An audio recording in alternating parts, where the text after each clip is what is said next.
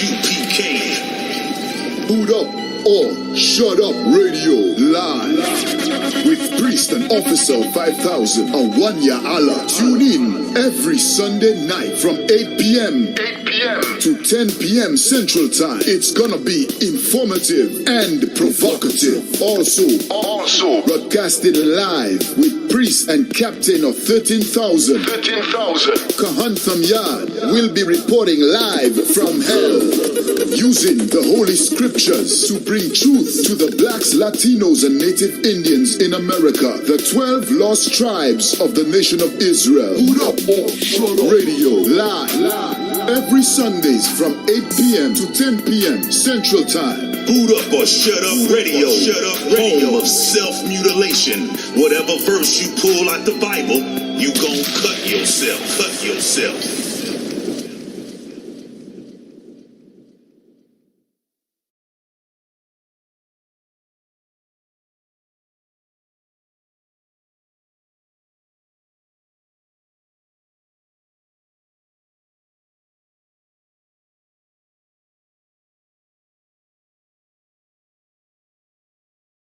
Maybe I'm just an angry black man, and I don't know what I'm talking about. But I'm tired of logging onto my social media, seeing these fake woke. I'm outraged. What we gonna do about these white people killing us videos? For the past 60 years, we tried to warn y'all that these devils ain't changed. They was on the same shit they daddies and they granddaddies was on. But y'all wasn't trying to hedge. They told you we was living in a post-racial society. You voted for Barack Obama, you thought shit changed. You let them convince you that we was the drug dealers, that we was the murderers, that we was the super predators, that we was the threat, that we were the vicious savages that needed to be civilized. Go talk to your grandmama and your granddad. Find you an old black man and black woman and ask them about America before the civil rights movement, before the rich left us in the ghetto, before they went and rubbed elbows with their oppressor and left us to die and starve in the hood. We knew back then that we was all we got. We knew who the enemy was. We knew where the safe side of town was. You allowed them to convince you that you needed the right to vote. You let them convince you that you ain't need to keep your neighborhoods, that you ain't need to keep your businesses, you ain't need to keep your schools, and look at what it's got us. We went and integrated with them. That brother in Georgia, Ahmaud Arbery, he dead because he ain't know who the devil was. Our people being oppressed in Brooklyn, New York right now because of goddamn quarantine because they don't know who the devil is. I read a story about a brother down in Mexico who got killed by the police because his daughter called 911 and now she know who the devil is. All y'all fake G's on the internet making these videos, all in the comments talking about somebody better ride for Ahmaud Arbery, perpetrating like you about some action, talking about what you would have did if it was your people, if it was your family. Nigga, stop lying. You wasn't gonna do shit. Because you can't do shit. Because you scared to do shit. And I ain't even mad because you scared. I ain't even angry because of your outrage. I'm angry because you're ignorant. Because after this shit, all you're gonna do is go vote. After this, all you're gonna do is beg your oppressor for mercy. But what you're not gonna do is separate. What you're not gonna do is stop getting high. You ain't gonna stop celebrating his holidays, worshiping his God, adopting his culture. Truth be told, Commander General Yohana is the only black man that's raising up soldiers that's ready to ride. Raising up soldiers that ain't sleep. Raising up soldiers that ain't afraid. Raising up soldiers that ain't dumbed down and drugged out. Black man, now's the time, man. You brothers out there, you tired of the shit that's going on, you ready to do something, you ready to lace up your boots and be about some action? Come into the ISUPK. Since 1969, we've been putting action behind the words that we speak. Raising up God's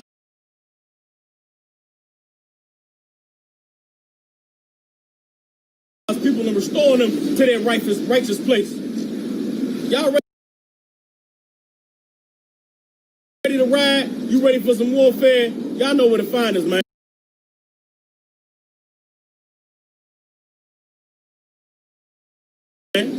ISUPK.com under Commander General Yohana.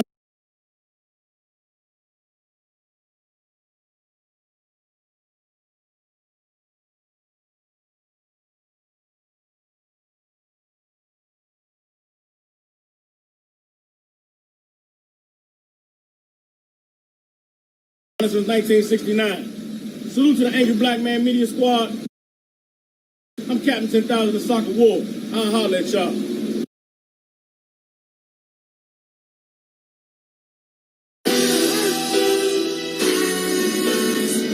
What's wrong with you? What's wrong with y'all? You niggas are crazy. Hey,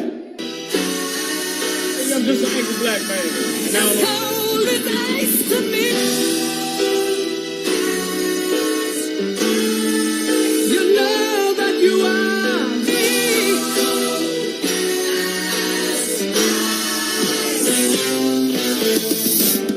Take a second, we reflecting with the light, but this the life, I fucking love it. Wouldn't trade it to be white, now that's alright. I got the right at birth, the devil be divided word. Boot up or shut up radio live with Priest and Officer 5000 on One Year Allah. Tune in every Sunday night from 8 p.m. to 10 p.m. Central Time. It's gonna be informative and provocative. Also broadcasted live with Priest and Captain of 13,000. Kahan Yard will be reporting live from hell, using the Holy Scriptures to bring truth to the blacks, Latinos, and natives. No, not the actor, but the year we zephyr. Not one thing in mind to grind until this gavel turns his words to mirth from Babel.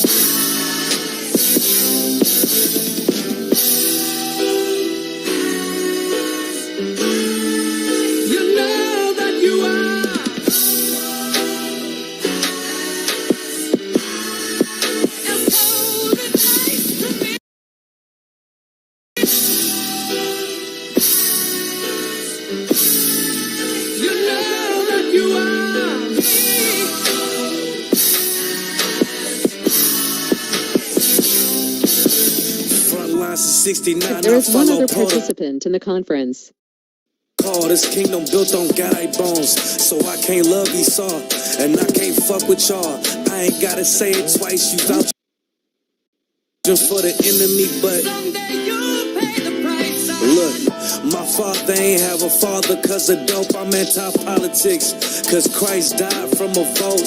How the richest nation locked the homeless up for being cold. How ironic they relating smoking weed to getting stoned. You trim your ways and seek they love. I'ma bring this sword back wet with a vest dipped in blood. Niggas giving up when they don't even give enough. Going nowhere fast, niggas always in a rush.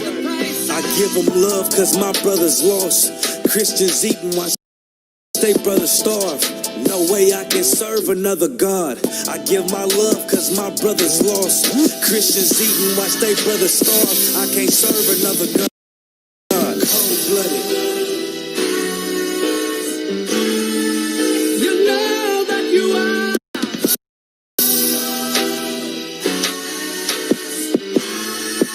As cold as ice to me. You know that you are.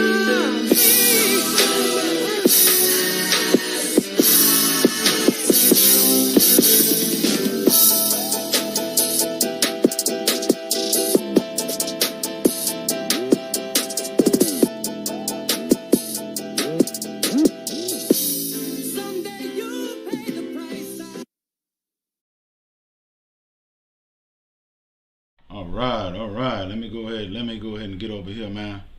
And I'm not sure. ISUPK.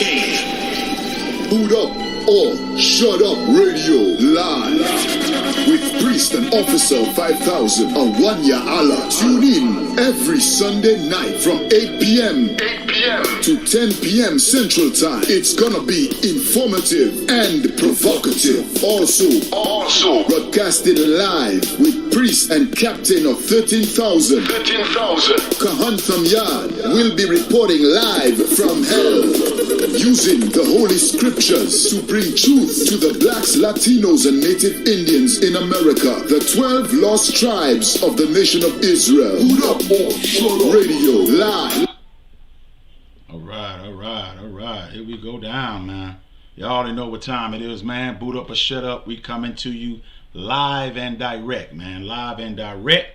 I'm Priest and Officer 5001 Ya Allah. Banya Hawada Banya Yasha Allah, man. We're gonna go ahead and get into it today. Okay, we got listen, another good one coming to you live, man. Okay, we got so many things going on in this world, man. You know what I'm saying? That guess what? We can't make this stuff up, man. All right. Again, make sure you pay your tithes. I want to get all of this out. Thank you all for joining us. You know what I'm saying? Thank you all for sharing. Make sure that you share this video. Make sure that you support Boot Up or Shut Up Radio, man. There it is, right there, sitting right there, man. Listen, Boot Up or Shut Up Radio, man. That is the Cash App. Listen, if you got it, donate. We're gonna make this better and better. Again, if you don't see it, it's right on your sign, man. Right up there, $ BUOSUR. Again, $ BUOSUR. Donate to Boot Up and Shut Up Radio. Pay your tithes to the men of the Lord. Again, this is ISUPK radio affiliate, man. You see what I'm saying? Big ups to Commanding General Yohana, because this is where all of these ISUPK radio outlets come from. Again, we coming to you live, y'all. Rough, rugged, and raw. Y'all know about Boot Up or Shut Up Radio, man. In the house, of course, okay? In the house, reporting live from hell, priest and captain of 13,000, Kahan Thamyad is in the building. And guess what? I spoke with him earlier, and he is on fire, okay, tonight. Getting ready to share these articles with you all, and we're going to get through all the articles tonight, man, okay? Because it's important that we cover what's going on in Israel, and you know what I'm saying, the nation of Israel, as well as America, and look, abroad as well. All right, so listen, don't watch this by yourself. Make sure that you share this immediately, okay? And we're gonna go ahead and go, you know what I'm saying, get into it. So look, with no further ado, I'm gonna go ahead and bring on Priest and Captain 13,000, Kahan Thamyad, Yahweh Ba'ashem, Yahweh Shah Barakatah, sir. What's going on today?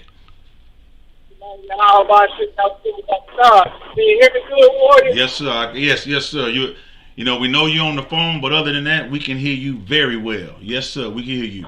Most High in Christ. Look, I tell you what, I want y'all. This 4th of July gave a new meaning to the word firecracker. Good night. Oh man, come on, man. Because I've seen a lot of crackers that was on fire, or that tried to start a fire. This 4th of July. You understand? I'm done. There's a question I gotta have. First and foremost, I want to thank all our long-time listeners, all our memers and streamers, those who share the video and sharing the plans and the messages that the ISUPK is putting out here right now, sharing the Black Watch channel with Commander General Yohana, who's at the helm. So we want to thank all y'all supporters out there, man. You know what I'm saying? Because this is an amazing time. This is the time that the prophets prophesied about. These are those times. Right. I mean, it was so much going on. We'll get into it all tonight. But the question I want to ask all Black, Hispanic, and Native American Indians: how can you be independent when your slave master gained his independence? It's hard to figure out. How can you be independent when your slave master is independent? Somebody has to be dependent. Right. And we're going to have a dependency tonight. You understand? All right, so we can get to, we can start out with story number 1, my brother. Come on. We're going to get straight into it. Y'all, listen, man. Get ready, okay? Because we are, listen, I didn't say, hold on, let me get over here and see me. I didn't say we are not playing. I said we is not playing tonight. All right, so we're gonna go ahead and get into it. The first article. All right, let me see. So the first article tonight. Let me go and put this up on the screen so my brothers and sisters can see this, man. Okay, this is something that we are not making up. Okay, all right, and we have the cop, right? The cop that's in the George Floyd's death. All right, he's going to he wants to speak out. All right, so the mother of the black officer that's charged in George Floyd's death says he wanted to change the narrative of police. All Hold right. on. I want y'all. Now, did y'all hear that? So, So his mother is black. Am I correct? that is exactly correct. That's right. So That's right. Two, his father may be black. I don't know. But anyway, his mother is an Israelite. Right. Right? Correct. Now, his mother said that he wanted to change the narrative of the police officer. Mm-hmm. Okay. I want all you Negroes out there who believe that you got to integrate into this system and try to change the narrative of what the Lord made crooked. Yeah. This is the result. That didn't work out well now, did it? Sure did, Cap. Good night. You know what happened? He became a part of the narrative, brothers and sisters. Man. You cannot join cancer and fix the problem. You have to cut cancer out in order for the body to heal. Good night, bro. This cancer tried to change the narrative, but the waves were too strong. And he Right. became part of the narrative. Mm.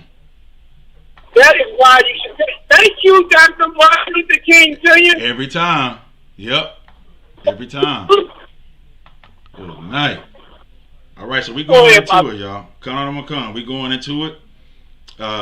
Before former Minneapolis police officer, the former, okay, Alexander, I guess his name is Queen, right? We'll just say Queen, was arrested and charged with aiding and abetting murder and manslaughter in the killing of George Floyd. He wanted to change the narrative around police.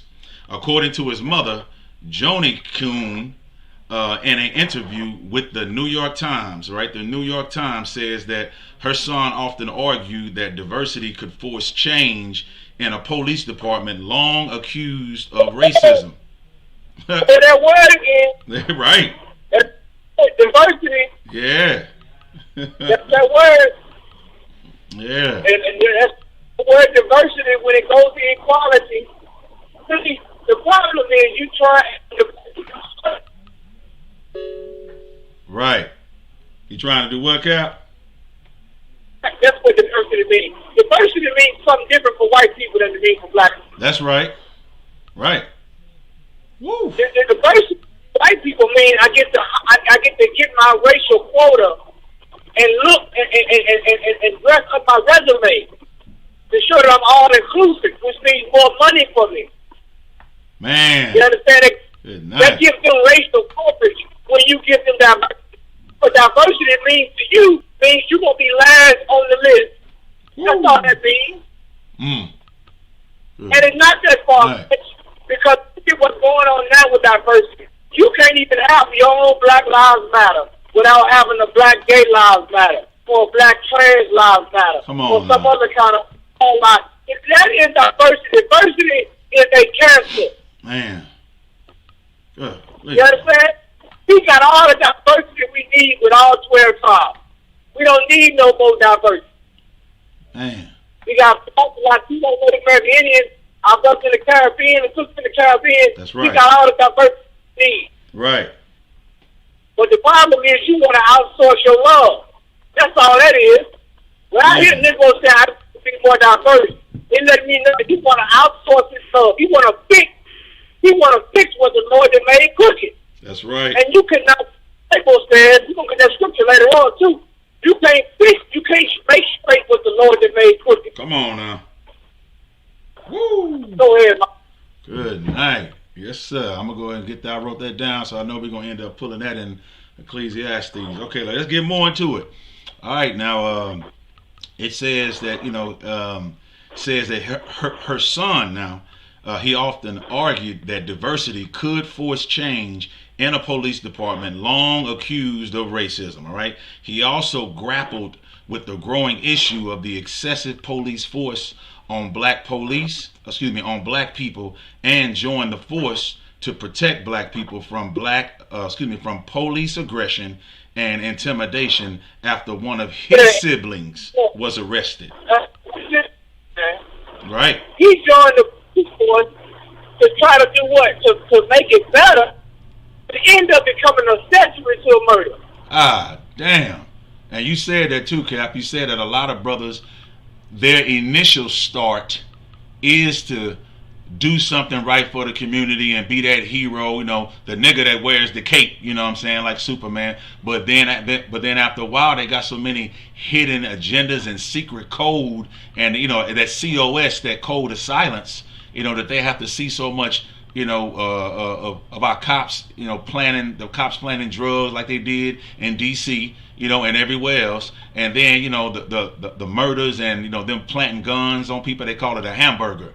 They got an extra little, gun they keep, a throwaway gun they keep in the trunk. So when they shoot somebody, they take the throwaway out, like that guy shot that other brother, and he went and, moved the gun and put it, closer to him. But of course, all of it was caught on camera. See what I'm saying? So they go in real good, but after a while, they realize I'm in too deep. Now they got to keep their mouth closed, and just like you said, they become an accessory to murder. They get demonized by that satanic system, man. That's right. That's right, and I never forget Commander General Yohana bringing out about how they brought out Shaft. Like when they brought the movie Shaft out, man, right. They were trying to keep the narrative because the stigma on police officers was so bad, so they had to give a brother who was down with the people and in there fighting crime.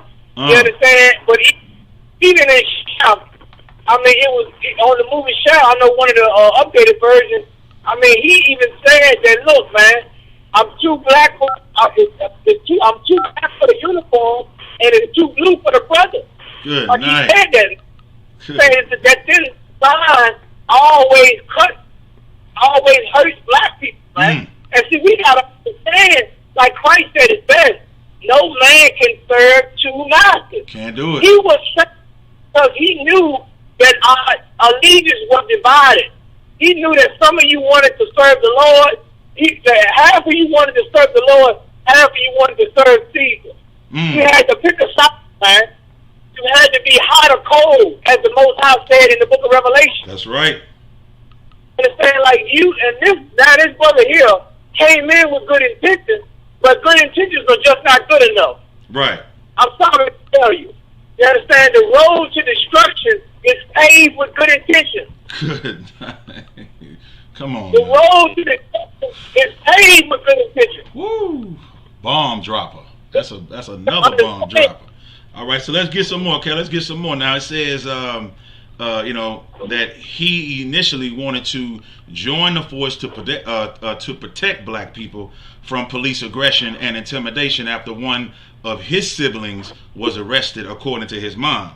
Now, quote, this is part of the reason why he wanted to become a police officer, and a black police officer on top of that. It is to bridge the gap in the community and change the narrative between officers and black communities, said Joni Coon. Joni Coon.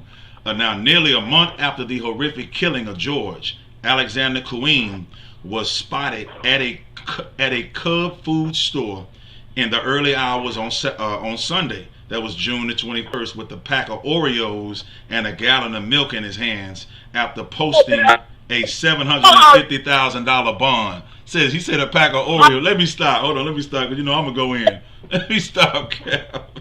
A pack of Oreos, black on the outside but white on the inside. Salakia. Yeah. The Lord is poetic. Do you hear me? Oh, man. The Lord is poetic.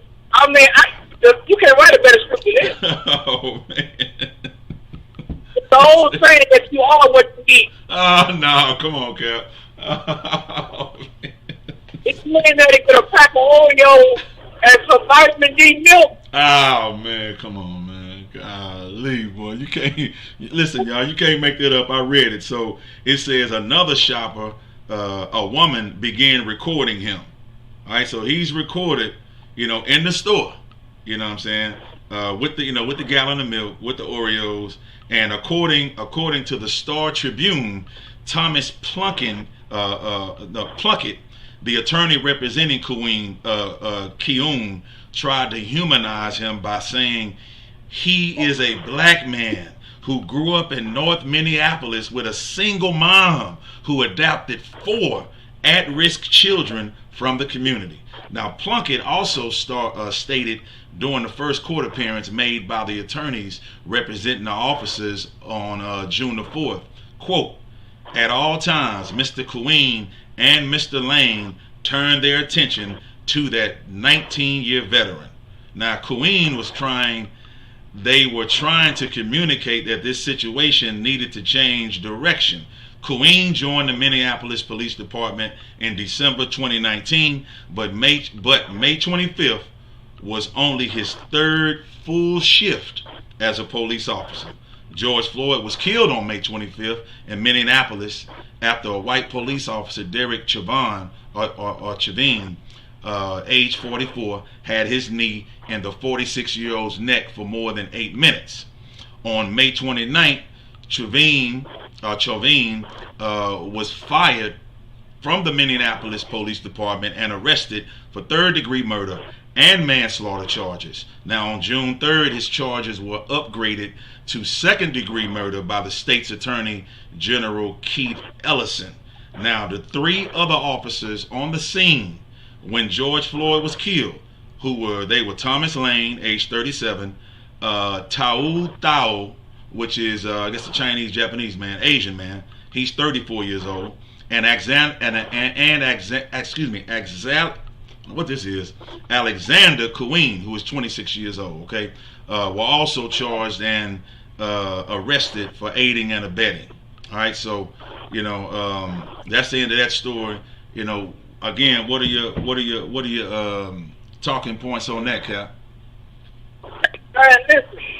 If you want to help black people and fix it, black, Hispanic, and Native American Indian people, if you want to, instead of being a police officer, join the ranks of the ISUPK. Good night. That's the end of that story. Like this is a prime example of how many black men fall into the trap of trying to change the narrative of something. Right. God already wrote the narrative. The Bible says He's the author and finisher of our faith. So He already set the narrative. He made a lion a lion. He made a giraffe a giraffe. Right. And He done the same thing with the nations, man. Amen. Now this brother here, you would have thought that his upbringing, he would have identified with that brother George Floyd. But when the time came for him to make a decision, either to let him die or to push that devil off of him, he chose to let him die. Why? Because he cared more about changing the narrative Good night. and more about that badge and that uniform than his brother. Well, let me tell you. This is what about. Now, I don't know. He could be a devil. I don't know. He is a single black mother. I don't know, because it didn't say who the father was. Right. I would have to look it up. I would have to look up his father and find out the information. He might be a devil just like him. So, but if he is an Israelite, he should have had allegiance to say, look, nah, man, I'm taking this badge off. Get off the man. Right. You know what I'm saying? Right. It should have been that. He should have pulled him, yanked him off of him. But he did not do it. You understand? And he has become the part of the narrative of the police and the white man system. It's nothing. Good night. So listen real quick, everybody, so we can get the moral of this story. The moral of the story is just like Captain Kahan said, man. The road of destruction is paved with good intentions, man. Okay? So that's the end of that brother. That's the end. That's the end of him. I don't know if he's a brother or not. That's the end of him, Cap. Right. You gotta, if you got a verse on it, we pull it. If not, we're gonna move on. Yeah, let's get no man can give me that. Well, can you make straight with the Lord that made crooked? And I think that's the one where it also says that if you can, then those that are accustomed to do evil won't do good. That's it right there. Yeah, that's it. I'm ready. Like the Lord. Go ahead, warrior. Count out one come. But this is 7 and 13. All right, let me go ahead and get that. This is the book of Ecclesiastes in the Old Testament, chapter 7, verse 13, and it reads, "Consider the work of God, for who can make that straight which He hath made crooked?" If I could, The Bible says, consider the work of God. Mm. Let's just let that marinate for a moment. Right. It's worse for him before you came here. And matter of fact, you are a result of his work. So he's telling you to consider how he framed the world. Consider how he put all these atoms and all these molecules and everything into fruition that you can look at it right now through reality, or what you call three-dimensional reality. Consider these things. Consider the nature of what he's done and what he's created. Because if you don't consider it, it's going to make life hard for you. Right. Consider what he created. Read on. Come. All right. So it says, this is verse 14. In the day of prosperity, be joyful, but in the day of adversity, consider God also has set the one over against the other, to the end that man should find nothing after him. You understand? Like he said one against another, man. Yeah. The Lord, he said one thing against another. He said good against the evil, righteous against unrighteous. It always been that way. It always been that way, and it always will be. Why do you think that the wicked is always against the righteous and so forth? It's been like that since the beginning. Since Adam sinned, it was always like that. You understand? So what you got to understand is you got to understand you can't make straight with the Lord that made crooked, man. Right. So I'm gonna make. That's what this brother tried to do. He tried to make straight with the Lord that made crooked, and in essence, he became what? Crooked himself. That's right. He became crooked as everyone else. Man. Yet, and now his life now he's gonna go down in history as one of the officers who sit there and watch that brother die. Imagine that. This is a lesson for all you brothers and sisters who trying to get involved in things that are crooked, and the Lord that is not, or the Lord did not ordain, that are in direct opposition of God. If you will get involved, trying to make your spot, whether it's drug dealing, whatever the case may be, right? Whatever the evil is, you try to make it straight, you're gonna end up becoming crooked, and it's gonna destroy you. You know, that's heavy. That's heavy, listen, I just want to add to it. You know, in the book of Jeremiah, where it says, "Can the Ethiopian change his skin, or the leopard his spots?" It's the same thing. You know. Exactly. You can't change. Like them. you ain't never seen a leopard. You ain't never seen a leopard change his skin. See, that's the thing. See, they want white people want to socially engineer society against God. And I said this before many a times. Right. Every time he tried to socially engineer a society against God, it backfires. Right. It's all throughout the Bible. If you look at every kingdom and empire that rose to power, to supreme power, meaning power in the earth, it was some of these kings, every nation had a superpower at one time. And they had our people in captivity.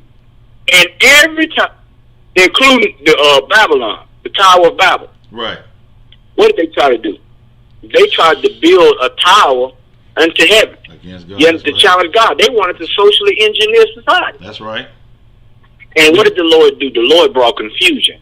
No one understood each other. That sounds for me. That sounded like about America right now. That's right. Nobody understands. Everybody over here speak English. Right. Majority. Right.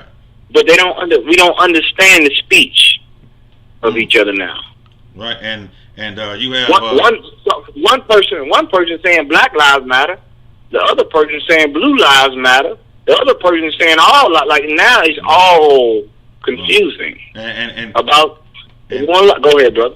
Oh yeah, I just got to slip it in because I shared something and I looked on Facebook and saw that you had shared it also.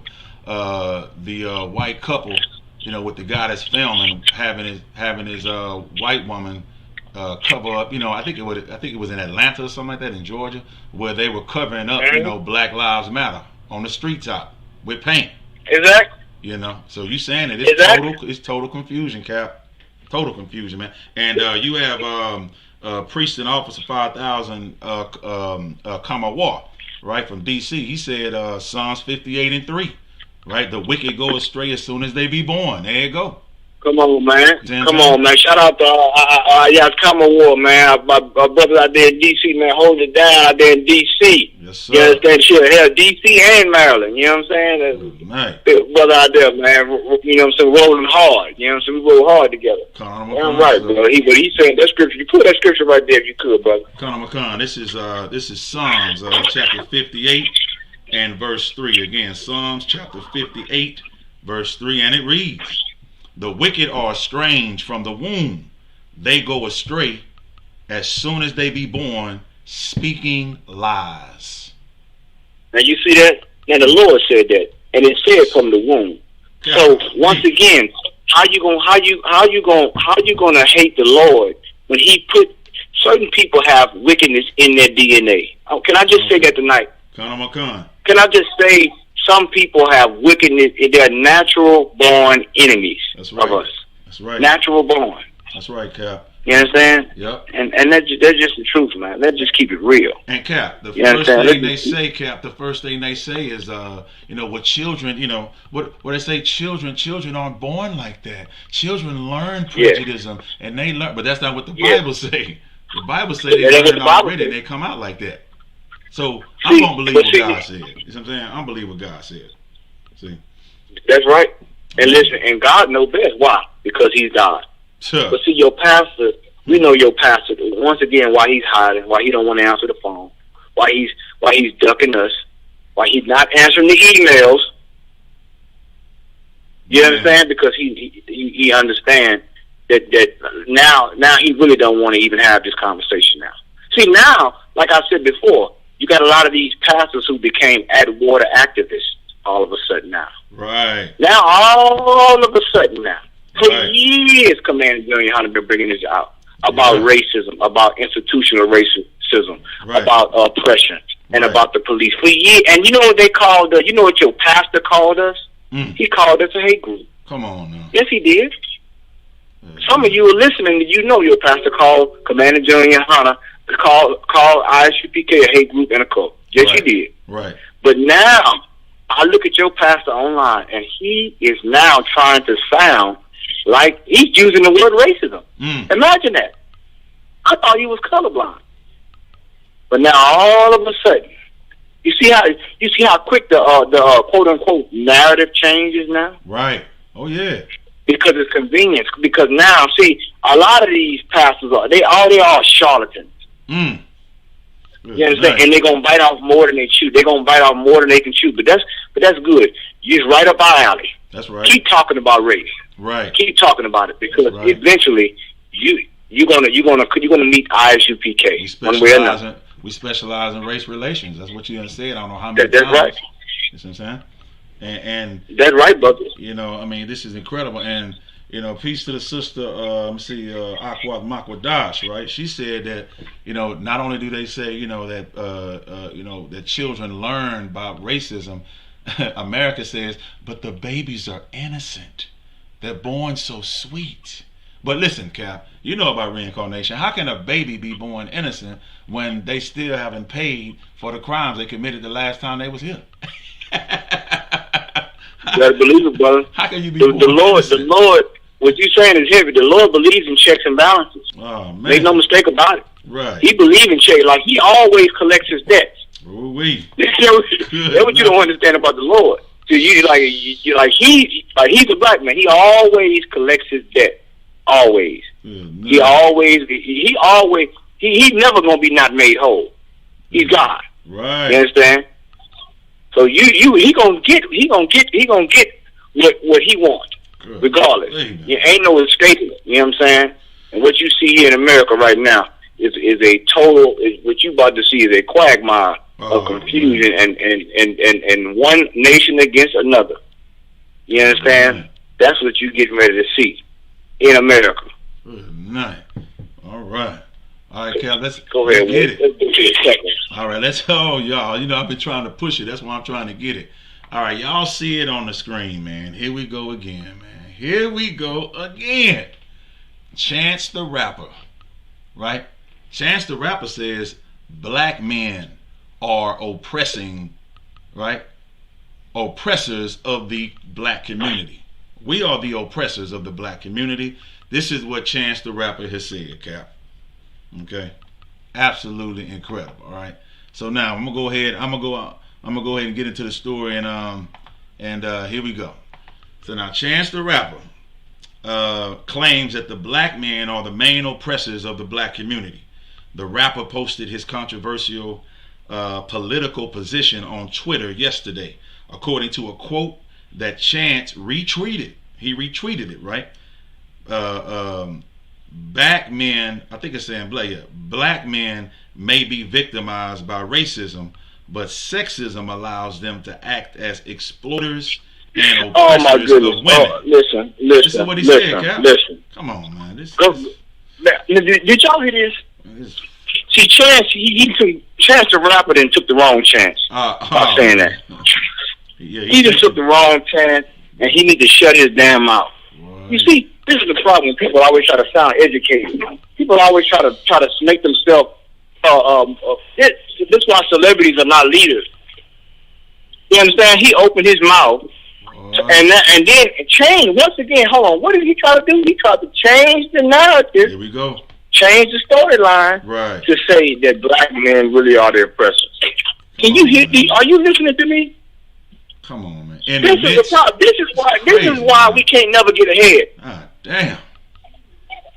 This is. You understand? We too distracted on all these goddamn.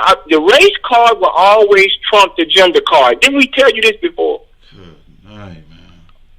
We told you this. Right.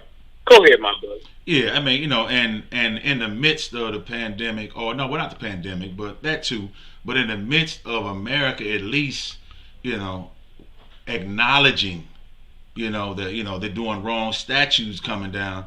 Chance, you gonna make a statement like that? Like why would you make a statement when you see that, at least as far as the worldly people, like they're taking statues down, right? They're trying to make something happen. We're talking about on a worldly stage. And then he gonna sit here and make a statement like, that's not even taking penitentiary chances. That's taking mortuary chances, man. You know what I'm saying? Like, I'm not saying nothing, but look, everybody ain't in the truth, Cap. You know what I'm saying? And hey, a lot of them brothers will go off, like, that'll get people not to buy any of his records or do anything like that. Because now is the time, like, at least the streets are saying what? If you ain't rolling with us, you against us. They even, they sleep, so they telling white people that too, if you ain't on this side with us, then you against us. Like, why would Chance even make a controversial statement? Because he's trying to sell records to white people. He's not trying to sell, right, records to his own people, because he hates his people. Only somebody who hate their own people in the midst of what's going on now. Like Chance, you don't know your history, man. You don't know the things that we've been through as black men, right? But he's just so lost in his record sales or got some money to where, what, you think a cop won't get behind you and pull you over, Negro? Listen, man, you'll get you'll get pulled over and it'll be your last chance to breathe. You're no different than George Floyd, man. And that right there is unnecessary, Chance, for you to even say something like that. To even tweet it. I don't know if you're trying to get attention or get record sales. But right now is not the time to be playing, right, with the status of a black man. See what I'm saying? And I don't know what kind of coonery, Go ahead, Cap. You got it. He gonna get the wrong kind of attention if he keep running his mouth. Golly, man. Like, why would you even say, man, boy? Talking about he don't want no problems. Talking about he don't want no problems. I don't want no problems. That's one of his songs. He don't want no problems. You know what I'm saying? I mean, listen, man. Cap, listen, man. Listen. More than likely, I'm gonna have to get one of them proverbs. You know what I'm saying?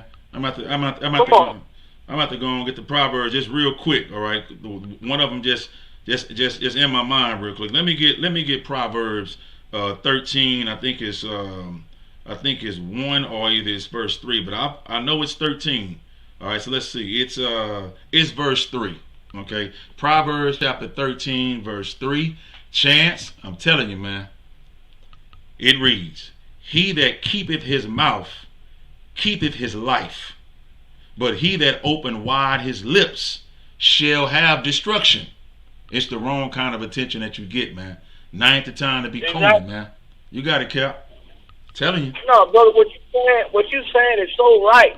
And you would think that being a rapper, picking up the mic and being able to formulate words and things, you would have a message that motivates the people and solidify and show solidarity with the cause. Right, exactly. But they can't do that because they have dual allegiance. He's trying are you telling me that George Floyd was the oppressor? Is that what you're telling me? Right. Because if you go then we gotta look at the whole system of oppression. You understand? Right. Like let's do a process of elimination. Absolutely. You understand? Like we don't have our own goddamn government. You understand? We don't have our own industries and things like that. Right. So somehow black man is the oppressor. And he used a feminist talking point. Make no mistake about it. That's cold. That was a feminist talking point, a white feminist talking point, black brothers and sisters. Man. Hispanic, Native American brothers and sisters. Anytime you hear someone trying to divide the black man versus the black woman, or the Latino man versus Latino woman, and so forth, right, with the Native brothers, the indigenous brothers, it is a feminist talking point. It is textbook sake, divide and conquer. That's right. It is textbook sake, and that's why I say we don't trust some of these damn rappers. Some of these rappers, they go hard. They ain't really getting the light that because we got our own rappers in here. That's right. You understand? Damn right. Because they really put it back. You understand? Right. You understand? Listen, I ain't gonna even talk about it. You damn near gonna probably have to put together a mixtape on these niggas. Ooh-wee. You understand? Say. A full-out talent. You know what I'm saying? Because now these Negroes done got too big for their britches, as my granddaddy used to say. Right. Right. That's it. You saying? They done got that money that went to their head, and they done got disconnected, and then they get mad when somebody says you cancel. You cut yourself off for saying dumb stuff like that. Man, you don't say nothing like that in the midst of a battle. Absolutely. In the midst of social and economic warfare and spiritual warfare against our oppression, and you're gonna now turn your attention against us. We know we got, but we gonna deal with that internally. Exactly. Right now, up our neck, nigga. Boy, listen. I done been in that, that heavy music, mafia field of music, and I'm gonna tell you something, Cap. People that ran their mouth, all of a sudden, I'm just gonna say it like this: when you ran your mouth, all of a sudden you got unknown calls from managers and event places that you've never heard of before that hooked up a show for you. And guess what? If you was smart, you better not go to that show that they hooking up for you. Okay? 5 miles off the side of the road in the woods somewhere. They gonna book you, a concert, and they gonna pay you $10,000. I want to see you show up to that. Be a dummy. See what I'm saying? So that lifestyle still exists. Okay? And that circle, man, that music circle is real small, man. Now is not the time to be doing that. You know what I'm saying? So let me read the quote again and keep going. It says, according to a quote that Chance retweeted, black men may be victimized by racism, but sexism allows them to act as exploiters and oppressors of women. Now, Chance's position. Go ahead. I could. Go ahead, Cap. And the first part again, black man maybe. He used the word maybe. Right. He said, he said, black men may be, yes, sir. Black men may be victimized by racism, but sexism. Listen, come on. He's leaving open for a challenge. Now, he didn't make it a concrete. He used the word maybe. It's not maybe. Right. It's but when it comes to women, it was a certain thing. It was for certain that women are oppressed, but it's not for certain that black men are oppressed. You see what I'm trying to tell you? The language these niggas be using. Boy. You understand? Wonder why we don't respect them. Why we stand? I've seen plenty of rappers in the club, and they got no goddamn respect from us. Man. They were looking like, why these niggas ain't all in our, because you get no respect. You understand? Right, don't come. They love outside the VIP. We go to certain spots anyway. Right. Because people know who they know who down with them. They know know them niggas is fake, just like the chains them niggas be wearing be fake. Go ahead. Come. So now it says Chance's position held by many feminists has been criticized as disingenuous by many in the black community. Many believe that this position distracts people from discussing the very issues, the real issues of racial injustice. And most of the people, yeah, what we just said. Just said it. Right. You want to, why, if I could, I want y'all to Go ahead. Go ahead. I'm trying to get through this. Am I in hell? I think I'm in hell right now. Conor McCon, Fifth Chamber. You know it's on. Let's get it. Conor McCon. Like, the reason we can't really strike effectively in this place because our energy is divided. We're we're distracted. We're trying to put energy in every goddamn thing else, but the main focus. Man, dude. You understand? You got outside agitators who are trying to make themselves a part of the movement to stay erected, but then diverting the movement. And I want to just say this. We at the tip of the spear anyway. The ISUPK is at the tip of the spear of all things racial. Right. I just want to put it out there. Now, if you believe anybody else different, then call us and put us on a TV show. Let's see. We at the tip of all things racial in America. If you don't believe it, then let's see. Not just for anybody, whoever. Right. Bring whoever to the table and let's see. And we know you don't want to do that because you're going to get shamed. Right. Go ahead, brother. Con. So now Chance's position held by many feminists, it's been criticized as disingenuous. Now, and most of the people circulating Chance's arguments since the Black Lives Matter movement took off have been white supremacists. See that? See? They grabbed it and took off with it, Cap. And listen, the white supremacists, this is exactly what they want. They want you to say that you are victimizing yourself. Damn. They took a rapper from Chicago and said, see, look what Chance said. It's not racism. It's sexism. And guess what, Cal? Let me tell you something.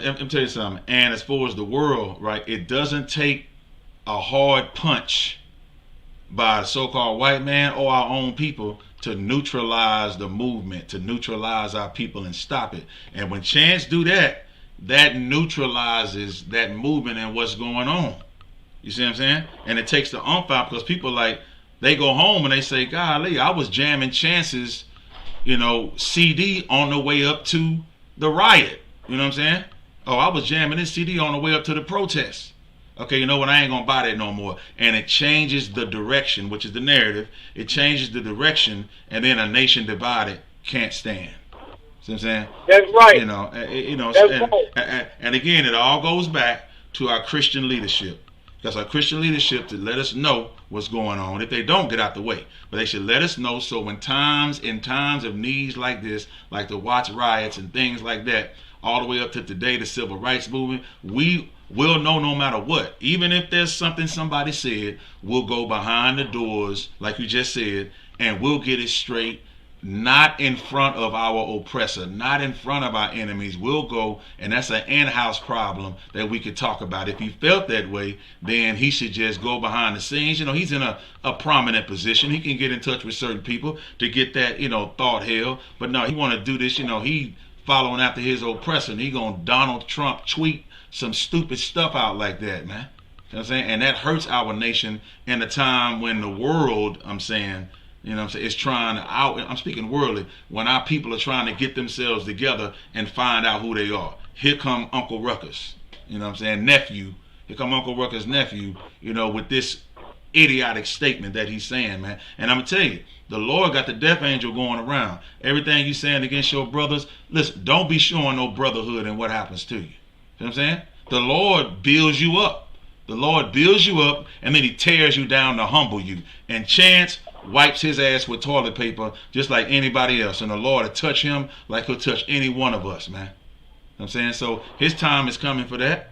The Lord is operating this ship, man. You know what I'm saying? And when comments happen like that, listen, man, that's all I got to say is, listen, man, Lord be with him because that's who he gonna need. I'm telling you. telling you what's going on around here. All right, so that's the end of that.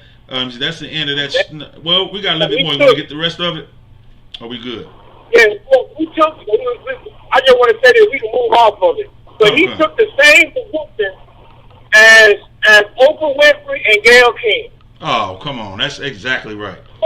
Exactly right. He took the same position as Oprah.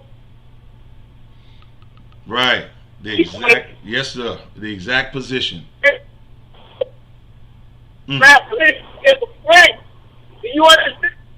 Right. You fade out. You fading out a little bit.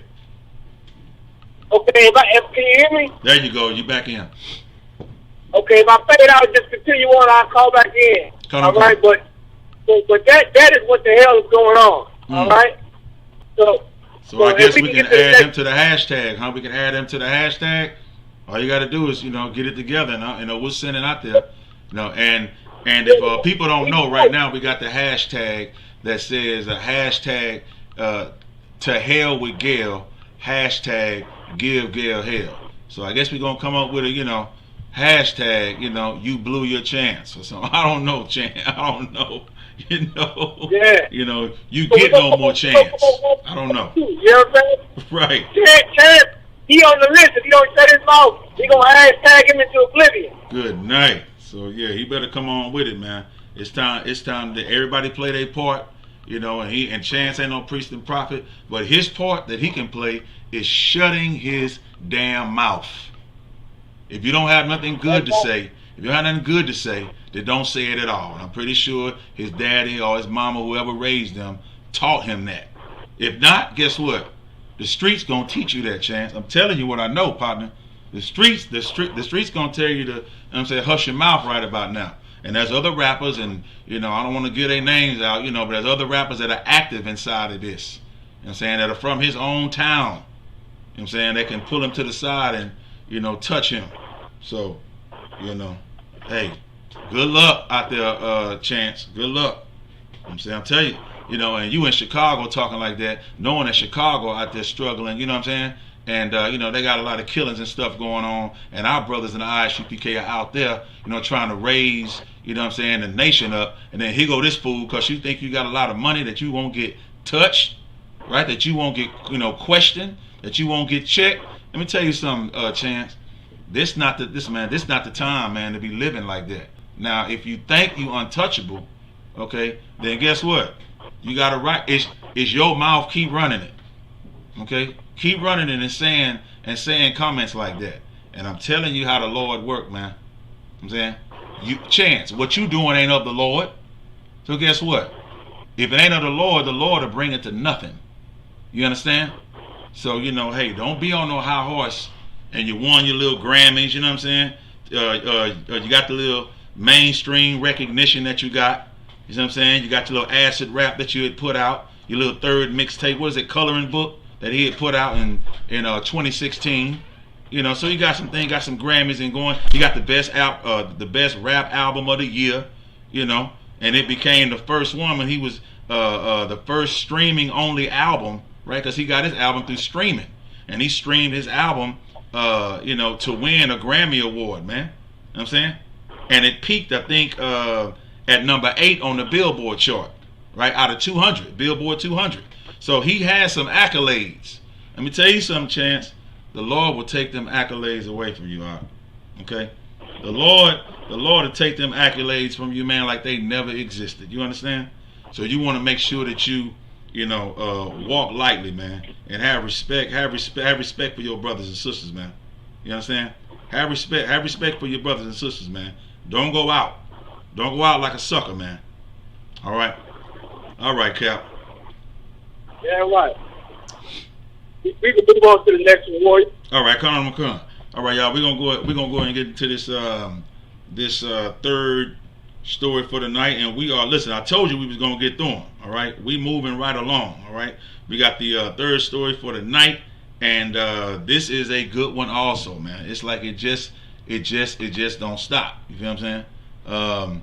The third story about the investigators, right? The investigators, despite denial and the records, they show intensive online shopping by Connie Bernard during the crucial board meeting that they had. All right, so this lady is online doing online shopping while they're talking about some crucial board meetings about all the chaos that's erupting in America. All right. If I could, and this happened in a lot of y'all saw this video, it went viral. This happened in Baton Rouge, Louisiana. Right. And she was shocked while they were talking about Robert E. Lee and racism in Louisiana. She was shopping. I think she was on Amazon Prime. I don't know. Right, come on with it. Right. But she said it was a pop-up. That she wasn't shopping. It was a pop-up. When they checked the records, I believe it was on an official government laptop or a state laptop. When they checked the records, so. Yeah. It was a laptop. I just put it on there right now. Y'all come on in. Yeah, I put it on there right now. You know what I'm saying? Yeah, right. Yeah. She is. Look at her, y'all. Look at her, man. Look at her. Look at her face. Look at. Say, listen, man. Boy, these cameras and everything else. Them cameras. I was trying to say, come on. The cameras and everything else, man. Like, it's amazing how all of this has backfired, you know. And you seeing exactly what's going on. Listen, man, this white woman don't give a damn. Okay? And this ain't the first time. She just got caught this time. You know what I'm saying? So you can bet, listen, Cap, you can bet that she gonna go to the white people's template. The white people's I'm sorry, so sorry template page. And she's gonna grab, you know, and she's gonna grab one of the templates that, you know, is gonna apologize and say that she, you know, she's so sorry and this and that. Like, I'm telling you, I'm gonna find out. I'm researching right now. It's a white people I'm sorry template going on. It's a company version, Cap. It's a personalized one. You know what I'm saying? It's a big company. I don't know. You know what I'm saying? But it's out there somewhere. Hey, you know what? Or she just might go just find Chance the Rapper. She might just use him. Right. She might just say, you know what? Y'all victimizing this white woman and black men because it's sexism. Right. Yeah. Yeah. It's absolutely amazing. All right, so let's go. Listen, man, let's go ahead and get this in, y'all. Okay. Again, we are not making this up, man. Listen, we Boot Up and Shut Up Radio. Okay, y'all already know what's going on. Priest and Officer 5000, Awanya Allah, along with Priest and Captain of 13,000, Kahan Thumyard in the building, man. Reporting live from hell. All right, so this is the third story for the night. Make sure that you share this immediately if you just joining us. All right. Now again, this story occurs in Baton Rouge, Louisiana. Okay, East Baton Rouge Parish School Board member Connie Bernard was indeed online shopping. Indeed, right? We just seen the picture. She was online shopping for her nearly an hour during a recent school board meeting that discussed the renaming of Lee High School. A review on the 9 News investigators reveals. Okay, this is a review. Now, tempers flared over the renaming of Lee High School at a packed school board meeting 2 weeks ago. Quote, I'm getting emotional about this because this affects me, but not just me, but every single student inside this system board meeting. Okay, that was about Dadrius Lannis, and Dadrius Lannis said during this meeting, he says, records show Bernard's attention. Okay, these are records. They show that Connie Bernard's attention may have been somewhere else during a portion of that debate. Bernard was previously denying the online shopping during the June 18th meeting, claiming her computer simply got a pop-up. Got a pop-up ad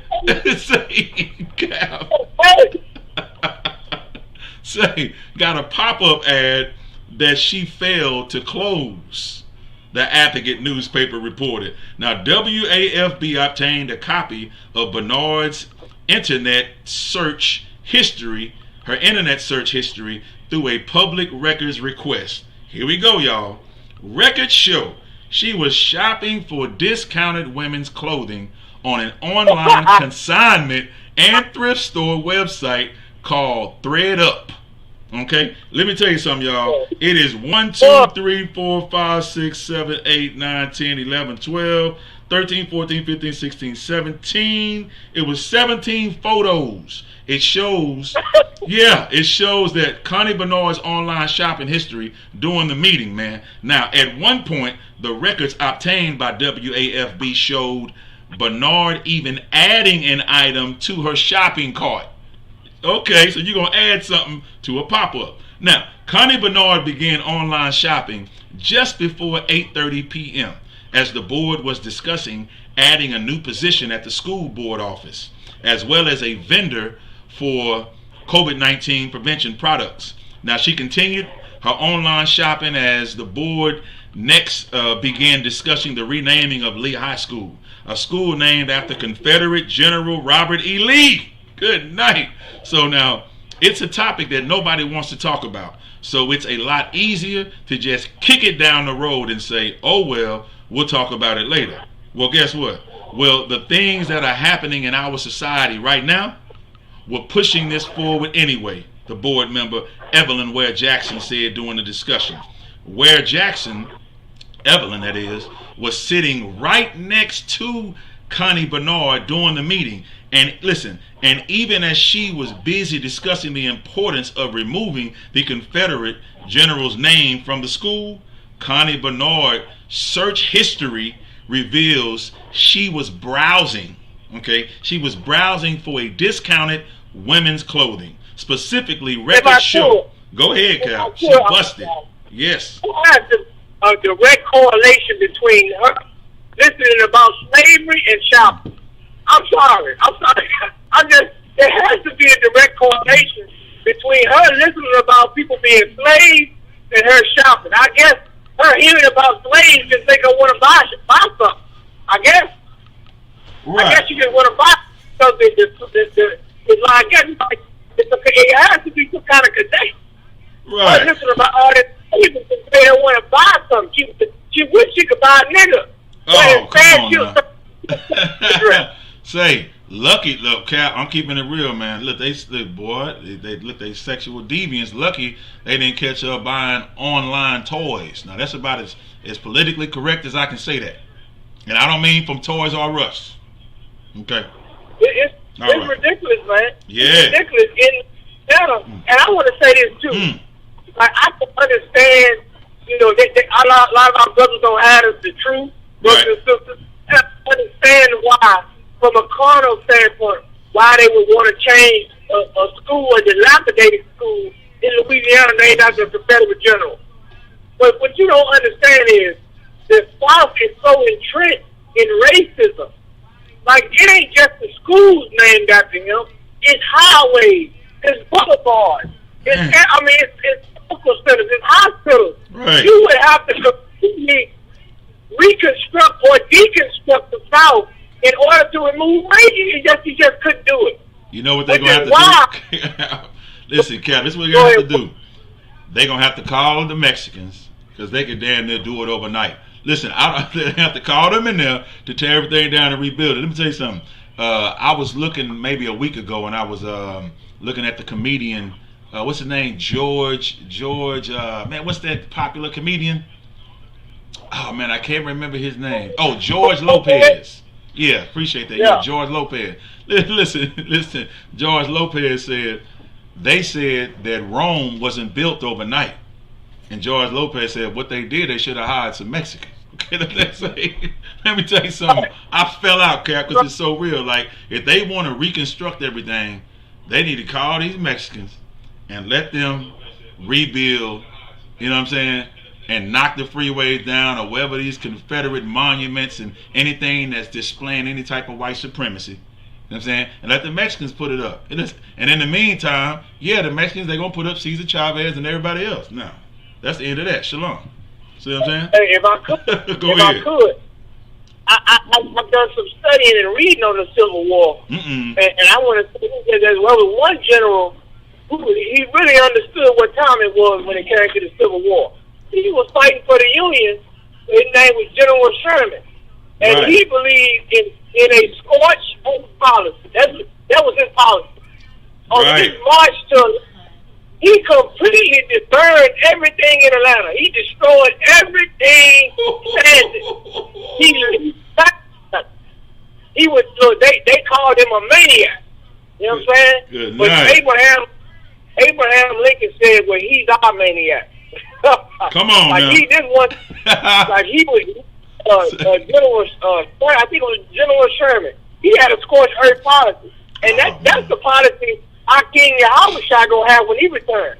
He said there ain't gonna be no stone left unturned. That's what it say. It ain't gonna be one stone on top of another. Like it ain't gonna be no more. We gonna rename. It ain't gonna be nothing. It's gonna be destroyed from top to the bottom, to the foundation. And you seeing that right now. You seeing the cracks in the foundation happening right now. Good night. With all these coming down, all these different things. And I'm gonna do a class on this when I get a chance. But there's a difference between a statue and a statue. The Lord gave us. He gave us statutes and commandments. The heathen, they need statues. They need idols. But we have a God who told us not to have idol worship. You understand? He gave them statues and gave us statues. Right, I ain't gonna go off and do it, but I'm gonna tackle it later on. And sometimes the class needs to be heard because all this is going on. We need to understand how the Lord feels about all of this. Good night. Now let's get it now. So now it says where Jackson was sitting right next to Connie, all right next to the white woman, Connie Bernard, man, during the meeting, and even as she was busy discussing the importance about removing the Confederate general's name from the school, Connie Bernard's her search history reveals she was browsing for discounted women's clothing. Specifically records show Connie Bernard was looking for 2 jackets. One described as a cut loose 100% cotton floral blue coat size, extra small. Yeah, listen.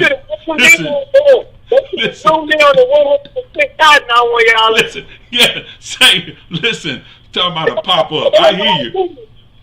Now listen, and the other cap, they say the other one was described as a Old Navy 100% floral ivory jacket size XS. So the video from the EBR school, the school board, it's a live stream. It shows Bernard continuing to scroll on her laptop while several board members were passionately discussing Lehigh, and at one point she can even be seen reaching for a cord to plug in the laptop during the meeting. I guess the battery was going down, so she stopped shopping. Yeah, what you say?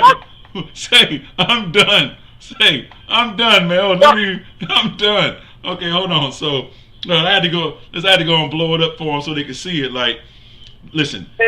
Go ahead, Cap. Go ahead. I'm done. That's what we're trying to tell you. If you are a investigative black journalist, Hispanic or Native American Indian journalist, you need to get in contact with UPK. We're gonna show you how to do it. They should have zoomed in on 100% cotton and say this is how you feel about slavery. She want to buy a dress made of 100% cotton that we picked. Talking about Robert E. Lee. You understand? Right. Oh, it's so important. It's so important, brothers. Which is why, hey, you got to come in here, man. Like and she's an elected official. For those who don't know, you understand? These people don't care about your problems. They don't care about your concerns. Right. But commanding your honor, he does. He does care about your concerns. Nice. He listens to your emails. He listens to your phone calls. Hell, even some of you sending goddamn hate mail, he reading that. Right. You understand? Trying to let you know that you in error. Right. You understand? And a lot of you want to sit anonymous because you know you're Salakia. Go ahead. How about this? Good Okay? night. Say, I already know what it is. All right, so listen, let's get some more right on her. Let's get some more on this witch. Now it says she stopped shopping, however, by the time the public comment portion of the meeting started, and Connie Bernard and other board members ultimately voted unanimously to rename the school. So Connie Bernard became the target of national ridicule after former state senator candidate Gary Chambers posted a photo of her online shopping during the board meeting. Chambers also brought up the photo as he addressed the board during public comments that night. So he said, "You sat your arrogant self in there and sit on the computer shopping while the pain and the hurt of the people of this community is on display." Chambers said at the meeting, "You should walk out of here and resign and never come back because you are the example of racism in the community." And Bernard was already being criticized by some other comments she made that implied members of the public needed to perform more research into the Lee's legacy, or the Robert E. Lee legacy, before supporting the name change. Right, go ahead, Cal. You got it. Meaning they're showing you that they have two different versions. See, Boy, in I love what's going on now. they have a different view on the communist revolution that happened in China than the American textbook. See, every nation keeps their own history. Everyone gonna have different views upon their national leaders in their own nation. And you could not convince white people in the South, whether they're the daughters of the Confederates or the sons of the Confederates or the grandchildren or great-great-grandchildren of the Confederates, that it was a lost cause. You could not convince them. They believe that they were heroes and they are a national symbol of their legacy. Killer, listen. And you can't why.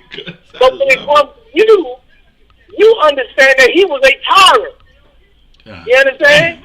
That he went to war to keep your ancestors enslaved. We understand that. You can't convince them that. Right. Which is integration is wrong.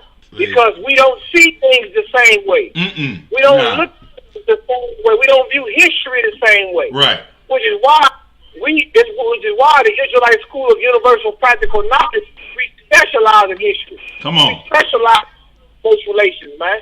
You understand? You always have to find out where you fit in history. You understand? Right. And they always, you was a non-factor. You understand? You was a non-factor, but in this Bible, you are the main factor. Man. In this Bible. Good night. You understand?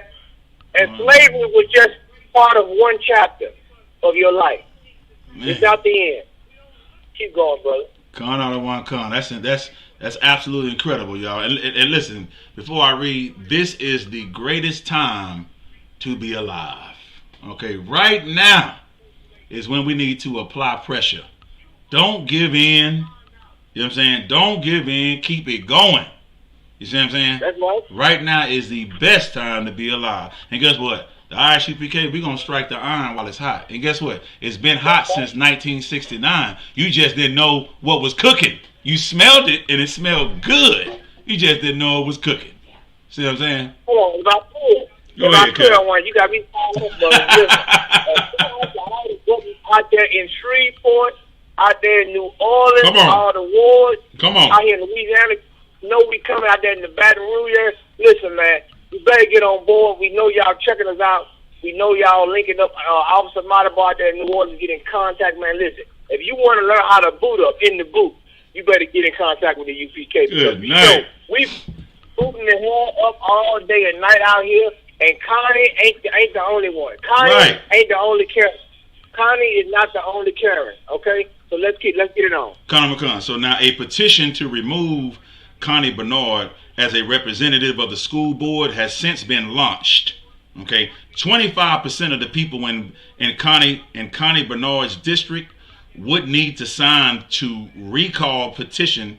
Need to sign the recall petition within the next 180 days for her to have any type of effect, right? For the petition to have any type of effect. So now, Future PAC, it is a political action committee affiliated with the Baton Rouge area chamber, okay, has called on Bernard to resign, right? Connie Bernard has said she will not step down. In other words, I am full of white supremacy. I shall not be moved. Guess what? Listen, just like Robert E. Lee came down, just like the Christopher Columbus, Cap. I listen. That lady, that Russian lady, is two things I like when she said something about the soul, right? Something about soul. Oh yeah, soul power. Soul power. Listen, Cap, when she said soul power, listen, man, I was in Rio Grande, right, with Yashiko Band Yashiko and my brother Trooper Canuck, right? I'm like I was all over the floor when I heard it. I was rolling all over the floor when I heard that. And then she turned around and said, Christopher Columbus, and I fell out again. I said, please get me off the floor. You know what I'm saying? So his name from now on is Christopher Columbus to me. Because that's what they say in Russia. Yeah. Okay? And Russia, listen, they cool with me. I don't trust them. But they cool with me because they interviewed the voice of God. If you have not seen it, right, you're going to go to the boot. I'm saying, exactly. You go to the Boot Up and Shut Up page, and I am going to post the interview with the commanding General Yohana getting interviewed by Olga Belova from Russian TV. Okay, where they talked about why we getting boot kisses and making the so-called white man and woman bow down. And then guess what? That is not hate. It is a political prophecy.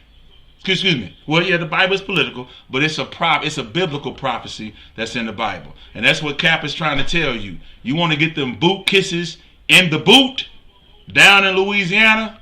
Guess what? You need to get in touch. Okay, you need to get in touch with Officer Matabar. All right? Go to ISUPK Louisiana. Okay? And get in touch with the brothers down there. If you down there in that Shreveport, Monroe, area down there, right? New Orleans area down there. Let's get it in, brother. See what I'm saying? Let's get it in, man. All right. So now, that's the end of that story, Cal. We can move to the next one. All right.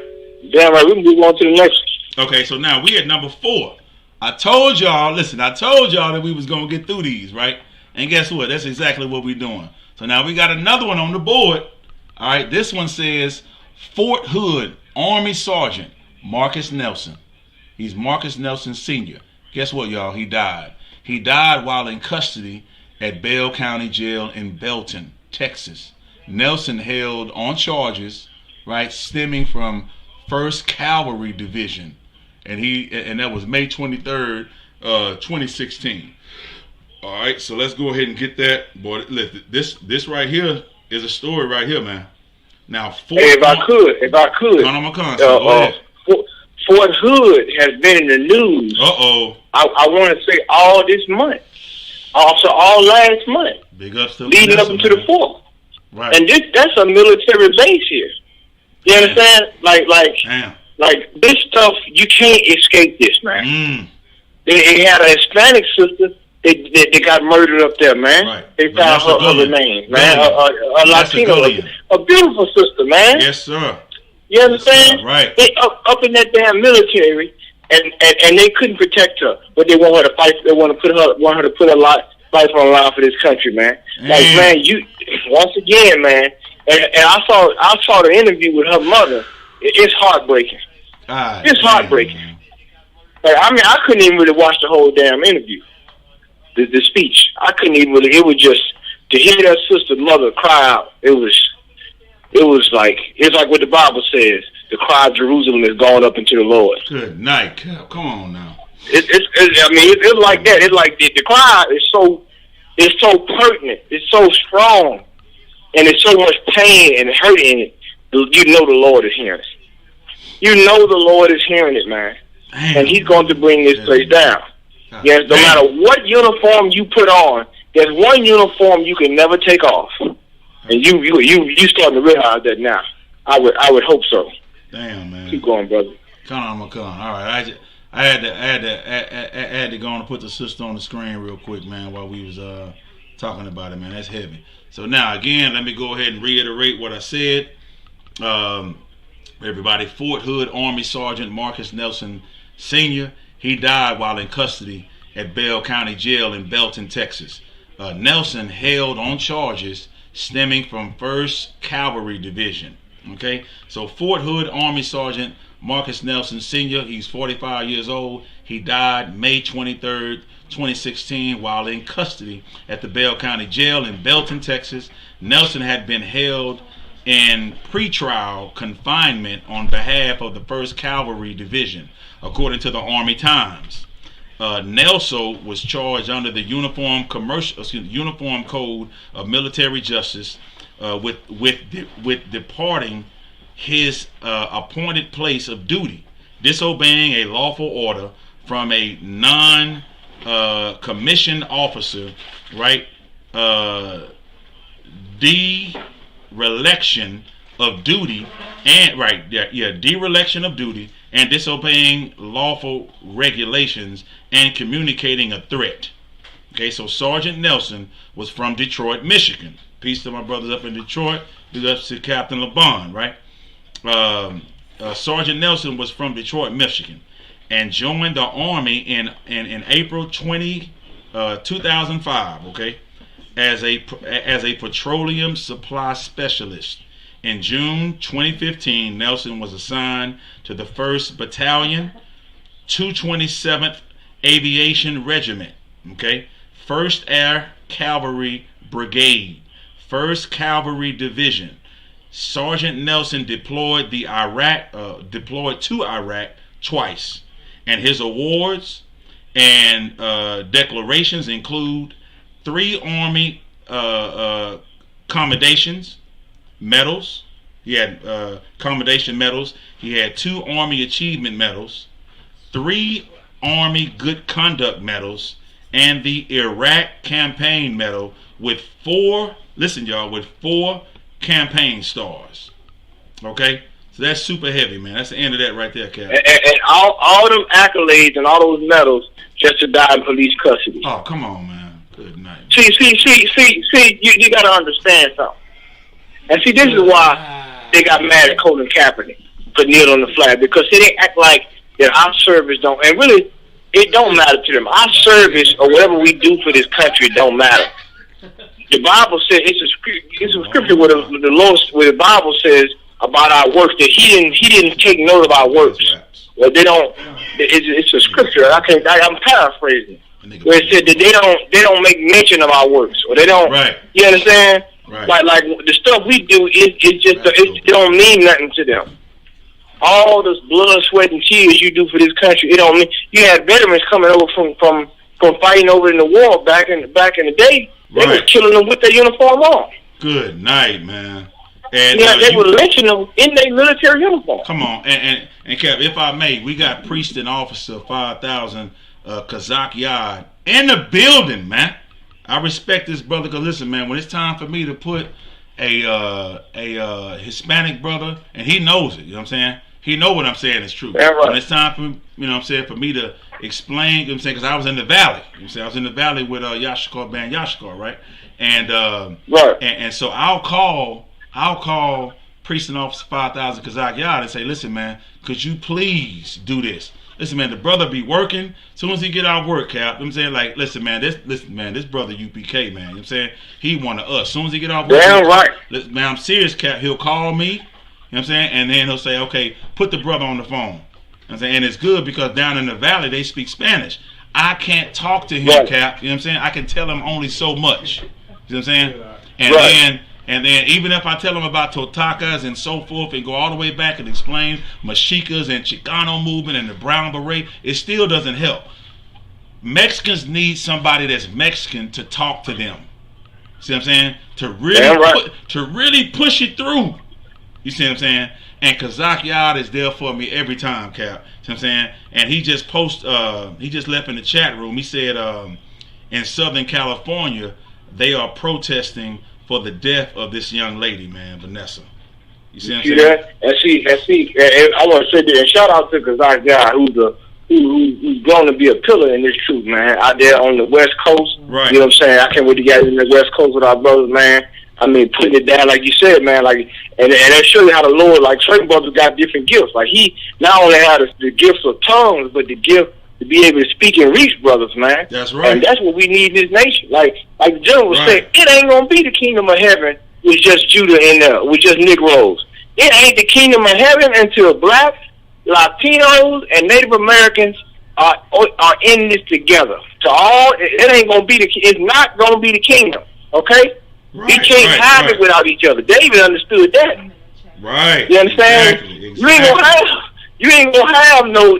You know, we gotta have it together, man. Because what we have the same common enemy. And I want to say this too, with them protesting. And let me tell you something. You let that protest start heating up more and more. Right. Like once again, the Lord is breaking down these institutions. He breaking down the police. He's destroying the credibility of the police institution. Man. He's destroying the credibility of the medical institution, with i.e. the goddamn COVID-19, the Chinese virus. Okay, Right. I want to stick to you. I'm not gonna let the Chinese off. They're trying to hide from this, but I'm still throwing the Chinese. I'm still throwing the chopsticks. Man, Okay, keep your the Chinese knee on virus. their neck. Out of one, Biblical shot. Keep your knee on their neck. Don't let it up. Go ahead. Yeah, I'm entering the dragon. I'm still staying on them. Okay. Right. So now he's doing it to the medical institution, and now he's going to do it to the military institution, because now our Chicano or Latino brothers in the military who kicking hella ass over there for them, now is starting to see. You understand? Right. This beautiful sister who like, and they trying to cover it up. Right. And you know it was people on the military base who was involved. Beautiful, man. And now, brother, if this takes flame like I pray it do, it's going to split the military. I'm telling you what's going to happen. The police force right now is split. You can say what you want to say. When it comes to blacks and Latinos and police and even some whites, it is split down the middle. Let me tell you something. Right. They don't feel so and it's hurting they criminal enterprise. A lot of them doing a lot of legal stuff in there anyway. Illegal Right. stuff anyway. Right. It's so bad. They are quitting. A lot of them they're able to retire. They're retiring now. Right. Some of them are even calling in. Good night. You understand? Woo. Good So night. that's what the hell going on. Man, say You understand? Yes, come on. Good night, man. Okay, so now I just text Kazak Yard. Of course, if you're listening, call my personal number. All right, we're not on the line that you see on your screen. Call my personal cell phone. All right, because we're about to get into Vanessa story right after this directly. Okay, so Baba Kwasha, if you could call the line, and I'd like to hear your stories as well. Again, big ups to you, big ups to Priest and Captain 10,000. Your Garwap is in the building. You know what I'm saying? Your Garwap is in the building. And listen, Cap, your Garwap spirit is everywhere. Let me tell you, listen. It's perfect. Your Garwap spirit is everywhere, if I may. Okay, listen. Big ups to Priest and Captain your Garwap, man, out of Oklahoma. You know what I'm saying? Oklahoma City, Oklahoma. He got my brothers that just got back. Where y'all got back from? Houston. The brothers just came in from Houston, Texas. We talking about Trooper Kabar, you know what I'm saying, from San Antonio. We talking about Jacob Hernandez. I hate saying that. I'm just going to say Jacob, all right? Okay, we're going to say Jacob. Listen, you about to get your troopership, right? Okay, we need to get that trooper, right? So, yeah. Listen, and I got Austin's own, the Makia. You know what I'm saying? Who commanded Jeremy Hunter name. You know what I'm saying? The Makia is in the building from Austin, Texas. Out of one, let me tell you something, Cap. Your Garwap got these brothers looking like I need to get some fringes and get my, you know what I'm saying, 5,000 rank on, because these brothers came in here looking super fresh with war scars on, you know what I'm saying? Dressed in all black, you know what I'm saying? The brotherhood is in the building. Big ups to Priest and Captain, your Garwap 10,000, man. See what I'm saying? I'm saying, Yeah, right. Sir, I don't see that text. Let me see. Let me go. Okay, well, still, if you can, call my personal number. Kazak Yard, I just got through texting you. Maybe no, Salaki, I didn't text you. I actually responded on Facebook. All right, so let me go ahead and give you a text if you can't see it. But Cap, you got it now. You got it. You can go ahead and take it away. Damn right. We can go to the next store if you want. If you want to. Come on. All right. So I'll go ahead and send him that. I'll send him. I don't know if he has my number locked in, but I'm gonna go ahead and send that to him. I'm gonna go ahead and send that to him ASAP.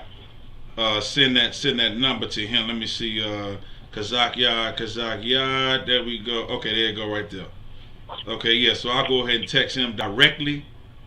I know he has the number, but guess what? I'm sending it to him anyway. Okay. Let me see. All right, cool. So now he's got it. We're in the building. He'll call me in just a second. And while we get into this, let me tell you something, y'all. Baba Kwashah, which means please, right? In ancient Hebrew.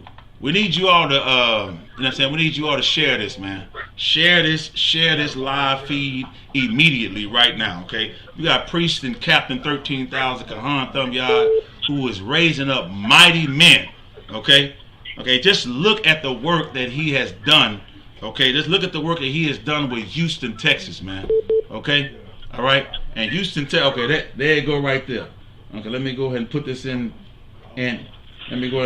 order. Let me see. Okay, are you in the building? You see me? You see me, Kazak Yaki?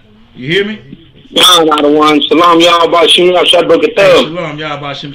Let me go ahead and call Priest and Captain Kahan Thumyard back real quick. All right, put him on.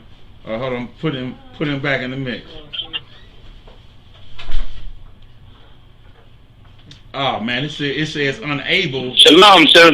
All right, no sweat. Okay, it says unable to receive I'm unable to receive what's going on real quick. So what I'm gonna do, I'm gonna see if I can get both of you all on the call line that you were trying to call earlier. All right, I'm gonna see if I can get. Can you hear me? Can you hear me, sir? Hey, I can hear you loud and clear. Okay, I can hear you loud and clear. All right. What I'm trying to do, I'm trying to call Captain Kahan back. Of course, my phone trips out sometimes. You know what I'm saying? And I can't get the line. Hold on, just a second. Shalom, can you hear me? Come on, Cap. Go ahead and call the 351 number 999. Right. Okay. Yeah.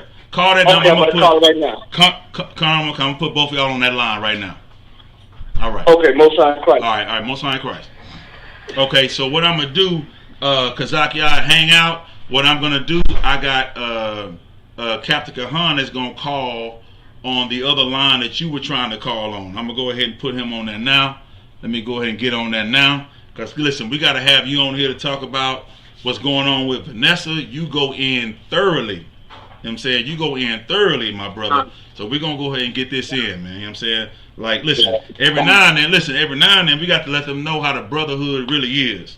You know what I'm saying? And absolutely. Yeah, got to. You know what I'm saying?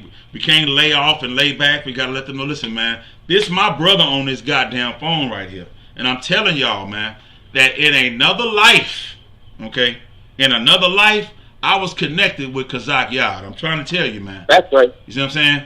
We did. Listen. I'll be 52 on the 18th of this month. You see what I'm saying? So I ain't no young buck in this damn game. You know what I'm saying? Y'all see the gray hair on top of the head. You know what I'm saying? And I joke a lot. Y'all know I joke a lot. I be talking about I'm 27 on Facebook and all that old crap like that. You know what I'm saying?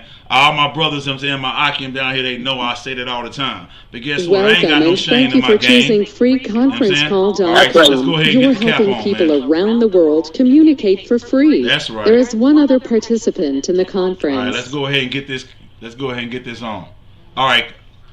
Captain Kahan, are you there, sir? I'm here. You coming in, Cap? You coming in so clear? Let me tell you something. You coming in so clear right now. Good night. Okay, I'm telling you what it is. Yeah. Okay, so we listen. All right, so you can go ahead and handle your business. You know what I'm saying? We're gonna go ahead and let me see. Kazak Yard, are you there? Khan, sir, I'm right here. Listen, Cap, we got you and Kazak Yad on the phone, and we getting ready to talk about Vanessa Gillen, man, on the phone right now. Yeah. Okay, so we getting ready to go all the way. Let's do it, bro. We going all the way in right now. Okay, let's go ahead and get it right now. All right. All right, All right, so let me jump into something real quick. I want to set a record straight. Is everybody listening? Go ahead, you got it. Like you come in loud and clear. Let's get it. Yeah. Okay. So let me tell you something that I've been seeing a lot of the Hispanics posting up, and the one thing that I see that's a big problem within the Hispanic community, that a lot of Hispanics are talking about that everybody joined to march for the blacks or Black Lives Matter, but no one on Black Lives Matter is not marching for Vanessa. Damn. This is something I've been. Yeah, Khan, this is something I've been fighting on my Facebook. I got a lot of Ishikarites with me, right, but they're not in UPK. But I'm seeing a lot of them posting up nonsense that sounds more like trying to instigate separation between us. And I have to check a lot of brothers, Ishikarite brothers, most high in Christ for the ISUPK and Commanding General Yohana. Let me tell you something, brothers. One thing I've learned is that being in this school, away from the UPK, I get a lot of respect from Ishikarites in other camps. Right. They call me elder. They call me the elder in other camps. I don't take no names serious. They can call me whatever they want. But they don't come at me in the wrong way. But they're always talking about that I should be looking out for my Hispanic people. This is the problem that we have.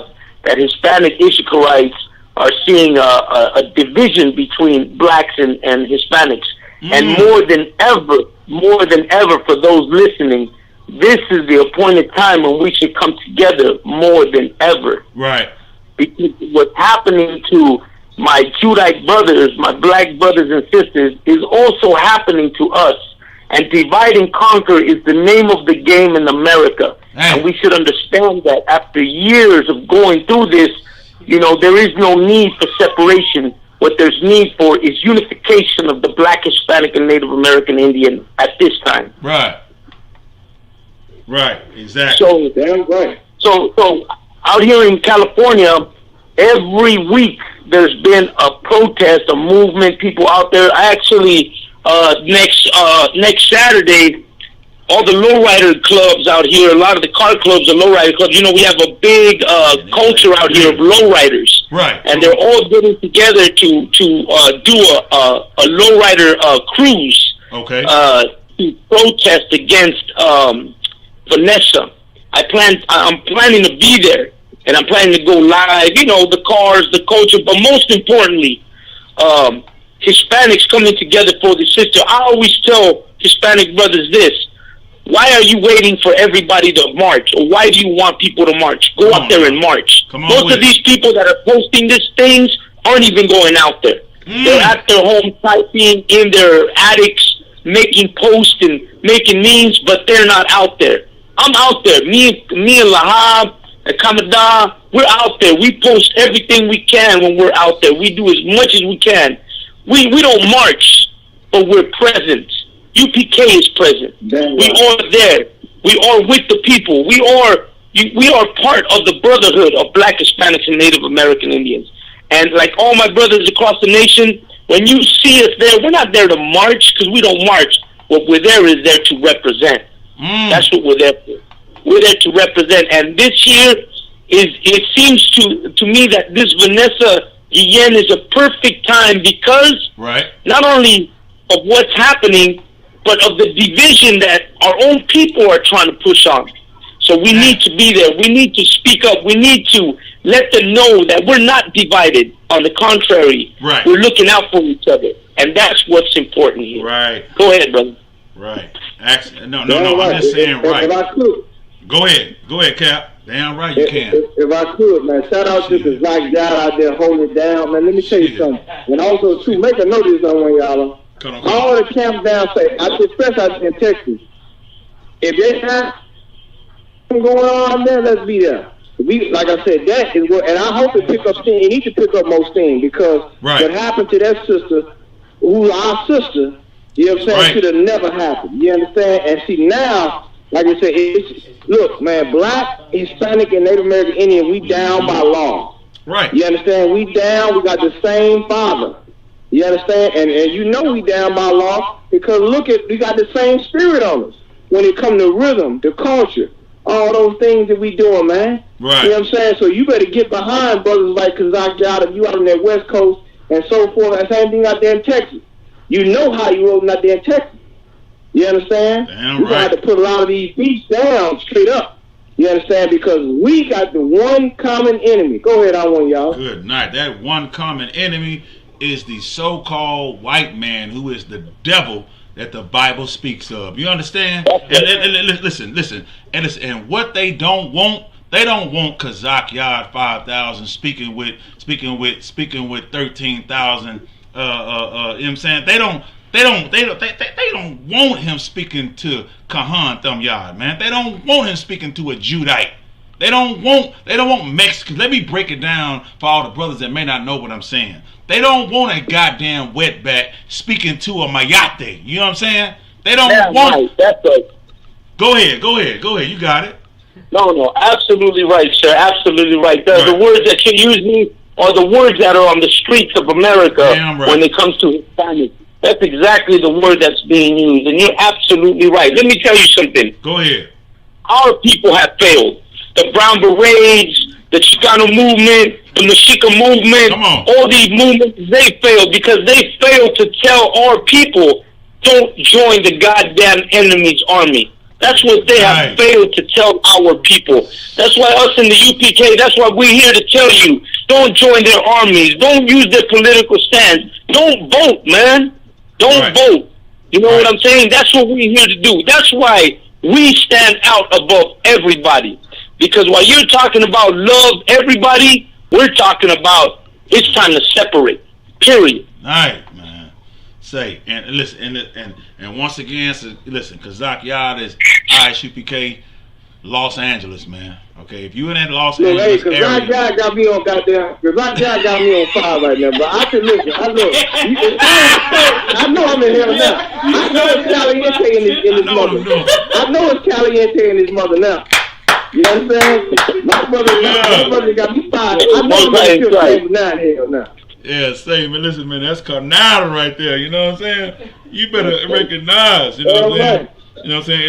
And listen. I keep my ear open. Everybody know it ain't no joke. You know what I'm saying? Under the direction, you know what I'm saying? Under the direction and instruction of Captain of 10,000, Yatazak, I'm over in the Rio Grande Valley area, man. 20 miles, okay, from the border. Well, God damn it, my brothers and sisters, you know what I'm saying, our Mexican brothers, man, are still in cages. Damn that. Listen, man. Damn what you hearing on the news. Okay? My brothers are still sleeping under aluminum foil, man. You understand? Still, listen, no medical care. Getting molested, you know what I'm saying, by some damn devils, man. You know what I'm saying? And we have to pull together, man. We can't listen to people like Chance the rapper. Who the hell is that? See what I'm saying? When it comes to the UPK, the real priests who sacrifice our goddamn life, man. You know what I'm saying? With no bulletproof vests every goddamn Friday and Saturday, man. In the midst of a pandemic. We ain't trying to who the hell is Chance the rapper? Okay? All I know is priests and prophets of the Lord, man. If you ain't under this ISUPK banner, your ass is gay. Your ass is a punk, man. You know what I'm saying? And you listen, and you're not qualified to speak on issues of blacks and Mexicans and Native Indians, man. You're not qualified. Because guess what? All you want, just like Commander General Yohana has said, all you want the slave master to do is to treat you better. It's to treat you nicer. You don't want to separate. You know what I'm saying? And Christ said it, man. Christ himself said it out of his mouth when the Pharisees said, what are you talking about, this kingdom of God? When is that going to come? And what did they tell him? They told him that the kingdom of heaven, the kingdom of God, it don't come with observation. You understand? It comes with you. You can't say low here or low it's over there. You are the one to get it started, man. You see what I'm saying? Absolutely. And that means following the decree that's in Zephaniah, man. That's in Zephaniah 2:1, man. Gather together, O nation not desired. Guess what? That's the same decree that was put out by Commanding General Yohana in 2008, man. When he told these brothers to come together. You know what I'm saying? The original zone. He told you, brothers, to get together and come together as one. We are no more two nations. You understand? I'm saying, listen, man, ISUPK, we're living out Ezekiel, the 37th chapter, man. 16th verse all the way through the 23rd verse. We're living out bringing that Joseph or that Ephraim together with Judah. You understand? We're living out the northern kingdom and the southern kingdom coming together under one banner. No more will we be two nations again, man. We will be one nation with one king. God damn it. Wake up, blacks, Hispanics, and Native American Indians, man. Wake up, man. Now is it. Go ahead. You got it. Go ahead. I'm just saying, absolutely. You everything you're speaking, man, that's our decree right there for all of us in the UPK. That we come together, man, and that's our job. This is appointed time for us to do this job. We've been called on by the Most High. You know, 1 John tells us, he has chosen us. We haven't chosen him. He's chosen us to do this work. Right. And that's why we're here. That's why all of us come forward, because we know we've been chosen. We feel this choosing. We're doing this work. That's not right. Because of us.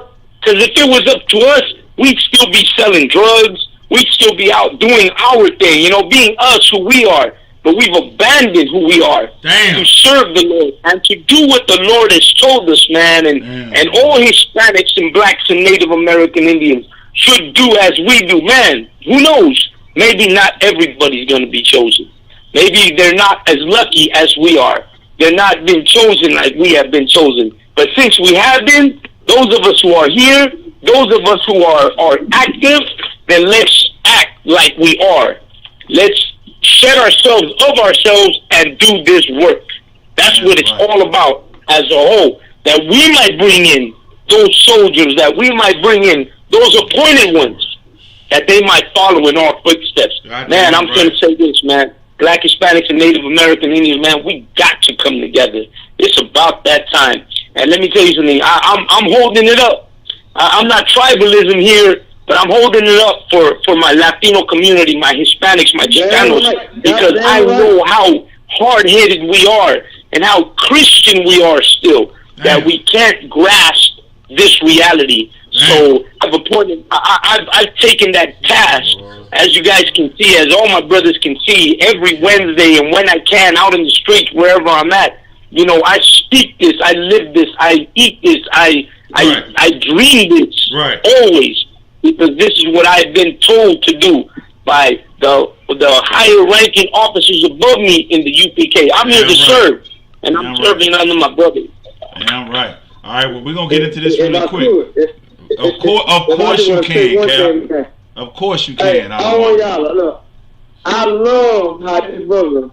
Man. Oh my goodness! Look, Gazak, you doing something to me tonight, bro? I talk to him all the time. This brother got me fired up right now. I'm on 10. I feel like I can go to the gun range right now. I feel like I can run 20 miles right now. Right. This brother got me fired up, man. You know what I'm saying? Look, I love how this brother illustrates the west side of the One West story that he bringing, man. Yes, sir. I mean, he just going off and look, and that's what we need, man. And we guess what? We riding with you, brother. You understand? We riding with you. It's one for all and all for one. Let's hit this story right quick, brother. All right, come on. So now this is it's the story now, okay, of Vanessa. All right, this is hey man, this story right here, man, is a story, man. Dead suspect in disappearance of Fort Hood soldier sexually harassed her. All right, lawyer. Guess what? She deserves justice. A military officer who died by suicide after being confronted about his involvement in the Fort Hood soldier Vanessa Gillen's disappearance. He was guilty. That's why he killed himself. Damn right. That's why he had something to do with it. Connor McCon. It said allegedly walked in on her showering. She was taking a shower. Her family lawyer said it on Wednesday. Now the incident is one of the 2 alleged incidents of sexual harassment Gillens on a 20-year-old private first-class station in Fort Hood, Texas, experienced at the hands of her superiors before she went missing from the base's parking lot in April. Natalie Kowam, an attorney for the Gillens family, said at a Wednesday press conference, on Tuesday evening, authorities believe they located Gillens' body after finding partial remains in a shallow grave near Leon River. The remains are currently being identified by a medical examiner. Now, her family, in demanding a congressional investigation into the military's handling of Gillens' case, alleging the probe was being riddled with lies. Okay? They lied to our faces every single day that passed for more than 2 months. Hold on. Good night, Cal. Go ahead, Cal. Go in. This is the military where they say we all fight under one banner. We all we can be. We all for each other. There is no brotherhood and sisterhood in the military, man. They covering themselves up because they want the next promotion, or they want a purple heart or a gold star. You understand? Like, this is what goes on in the military. And then you want me to celebrate 4th of July after this sister then got murdered? Hell no. After this sister got murdered in a uniform that was supposed to protect her? No. Go ahead, brother.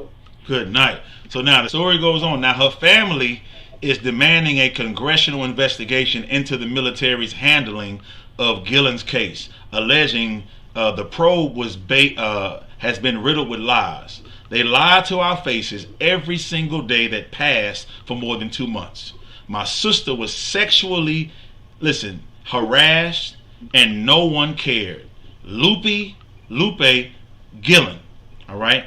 The soldier's young sister said at Wednesday's press conference, "My sister is a human too." Okay? If this can happen to my sister, it can happen to anyone else. She deserves justice. Now, I want Fort Hood Army Base to shut down. Okay? They're protecting one another, she added. Do you hear this? She wants the whole Army base to shut down. Now, while details of the Army's criminal investigation command's probe remains under wraps, military officials revealed that a suspect involved in the case died by suicide on Tuesday after being confronted by officers about his involvement in the case. The suspect, who has not been identified, was a junior soldier from Fort Hood who fled his post. He went AWOL, right? He fled his post. He went AWOL. Connor McCunn. Shortly after human remains were found about 20 minutes away from the Gillen, right, where Gillen was last seen. The Army added that authorities also apprehended another suspect in Gillen's disappearance. A female civilian who is the estranged wife of the former Fort Hood soldier. The identified woman is currently in custody at Bell County Jail awaiting charges. Now, we have made significant progress in this tragic situation and are doing everything possible to get the truth and bring answers to the family of PFC Vanessa Gillen. Okay, Chris Gray, the spokesman for Army's criminal investigation organization, said on Wednesday, during a Wednesday press conference with Gillen's family, members and Representative Tulsa Garbett Kowam slammed Fort Hood and Army investigators for being evasive and accused them of covering up for 2 other suspects that are currently in custody. Okay, the falsely accused that counted for her at 3 p.m. the day she disappeared, said Kowam. Now what is the cover up for? She was a soldier. Why aren't they transparent with their family? This was mishandled from the start. It has to be investigated. All right. So the lawyer added that the suspect, who authorities said died from a self-inflicted gun wound, he worked at Gillen's. He worked with Gillen the day she vanished, right? Myra Gillen, the 20-year-old sister, right, also revealed on Wednesday that she had spoken to the same suspect, claiming he was dismissive and laughed at my face when she went to the military base to ask about the ongoing investigation. Now, that suspect, I met with him, not knowing he had something to do with it. I felt he had something to do with it, and I wasn't wrong at all. Myra Gillen said, all right, he had the nerve to laugh in my face, and apparently now he kills himself. Why, I don't know. Yes, con out of one con. Why, I don't know, but whoever is responsible has to pay. Authorities say Gillen was last seen on April 22nd at 1 p.m. in the parking lot of the Regimental Engineering Squadron headquarters. Her family reported her missing. Hours after when she stopped answering her calls, and her friends could not get in touch with her and find her on base. Now, officials later found out her car keys, her barracks room key, identification card, and wallet in the armory room where she had been working earlier in the day.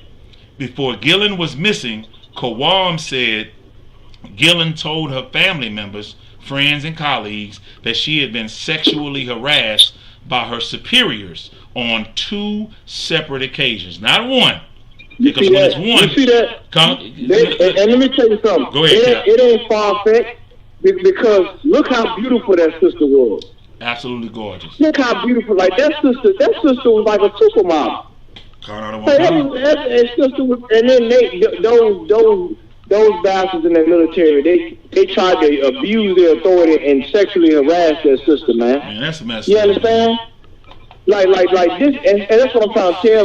We try to tell our people in the RCCK, man. Try to tell our people out there, man. Like this is why we got to take our spirit out of this place, man. Like look, that sister deserved justice, man. Right. Like it was just so evil. We study war in here. We study warfare. And the last time I checked, a soldier cannot be a casualty of war. Nah, exactly. The last time I checked, you can't make a soldier a casualty of war. That's messed up, man. If he's your soldier. You understand? And that is, in essence, what they have made her. Right. You understand? They made her expendable. Wow. You understand? That's messed up. And her family is aching, man. Like the Bible say, the cry of Jerusalem is going up, man. Damn. And like I said, we gonna be speaking about this. Like I said, them camps. Like I said, this is all part of it. All a part of the narrative. They're gonna have to get pushed. Blacks, Hispanic, and Native American Indians, we both being oppressed. How could you celebrate 4th of July after this happened to their sister? Damn. How could you? Absolutely. How could you salute? Absolutely. How could you salute a flag that this sister died under, and then we got no justice? What happened to all those code of ethics that you tout in the military? Damn. You see now the Lord is putting a spotlight on you now. So they was able to get away with it for a while, but now you don't even want to have this conversation with the ISUPK because you're gonna lose. You're gonna lose when it comes to police. You're gonna lose when it comes to the military. You're gonna lose when it comes to the health care. You're gonna lose when it comes to the education system. You're gonna lose on every damn thing that you're talking about. You're gonna lose. Right. Absolutely. Absolutely. Ahead, Man, I had something. Go ahead. Can you hear me? Kind of loud and clear. Loud and clear. The captain, go ahead, go ahead. In what you're talking about, I don't know if you guys know about that Air Force officer by the name of Betsy Scholler. Did you hear about her? I didn't hear about it. I didn't hear about that one. Okay, so let me go ahead. Let me tell you, here in California, we're on top of. Well, at least me, I've been on top of this story for a couple of months because they've been really pushing the issue out here in the Latin community, in the Hispanic community, about this young lady. Ever since the mother started putting out her videos and speaking about it, right. I've been picking up on it. So there was this woman by the name of Betsy Scholler. She's an Air Force officer, and she's also from one of the universities. What university is that?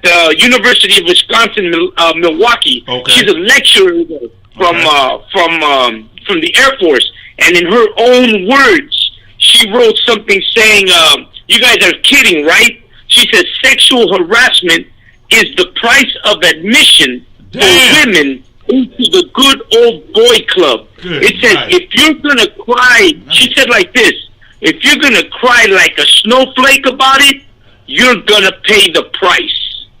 So you already know that they know that sexual harassment by higher ranking officers, when young women like this go in, man, she was 20, brother. She was 20.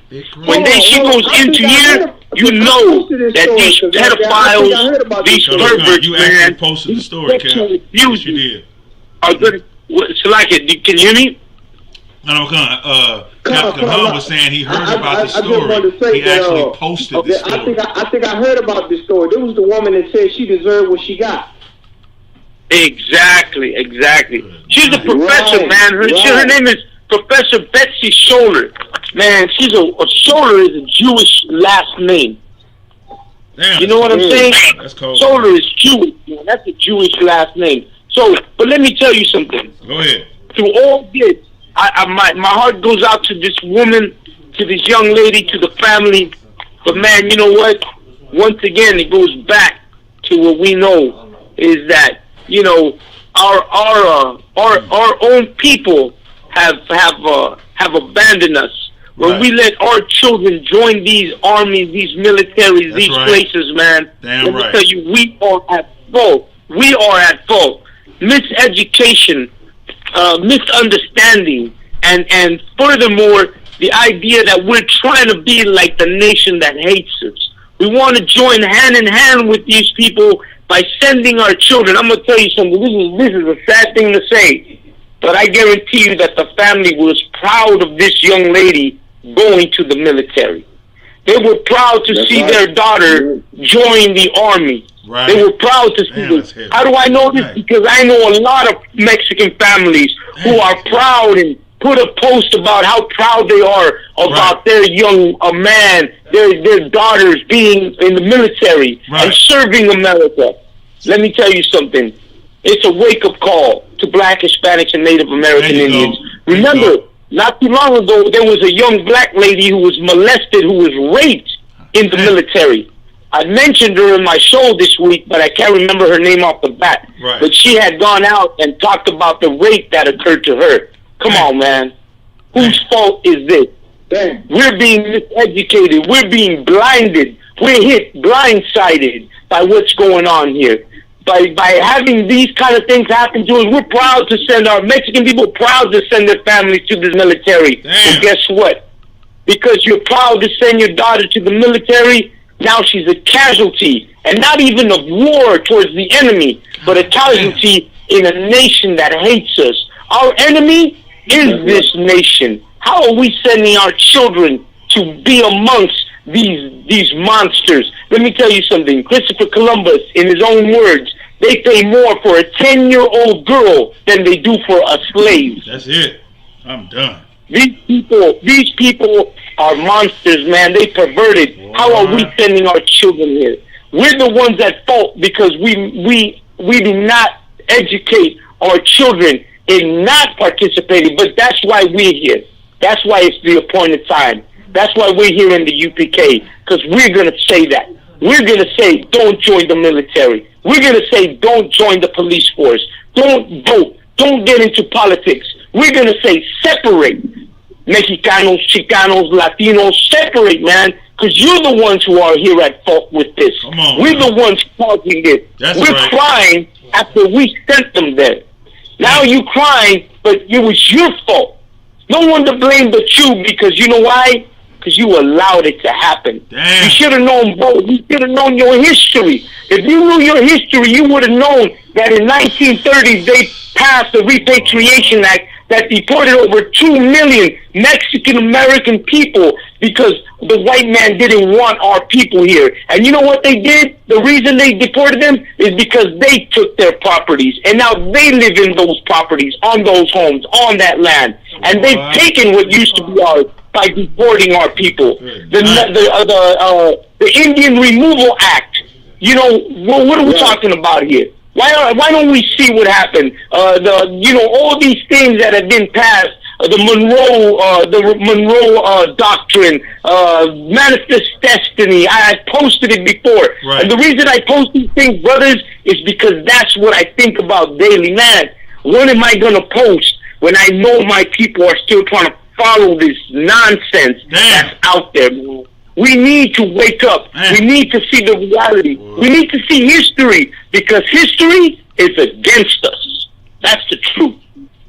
Good night. Let me say something.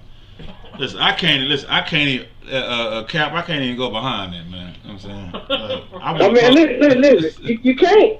I mean, if I could. Go ahead. Like I said, Kazak illustrating the west side of the One West story right now. And check this out. If you on that West Coast, you better link up with him. Captain Gaddaha, our brothers out there. Right. Lahab, them heavy hitters. Let me tell you something, man. Listen, the Bible said the men of Issachar knew the times. Okay? They knew the times. And brothers and sisters, you just heard it from one of our brothers, you know what I'm saying, that what time it is. You understand? And listen, it going for blacks, Hispanics, and Native American Indians. You understand? Right. Straight up. Ain't no other way to slice it. Guess what? We'll see you on the street. We won't see your pastor on the street. Right. If he come out there, we'll see him too. But we know he ain't gonna see him. You understand? But we gonna be there. Check it. Look, go to isupk.com. I want to thank Kazak Yard for coming on, brother. Listen, I'm telling you, look, I know it's hot right here where I'm at right now. It's hot. You know what I'm saying? I'm in the field. Brother, you added more heat. You understand? You added more heat. Listen, we down by law. Me casa, su casa. Right. You We understand? down by blood. My house is your house. That's you right. understand? We down by law. That's right. You understand? Yes, we sir. came. We came together. We gonna leave together. Come Straight on, like Cap. that. You understand? Good night.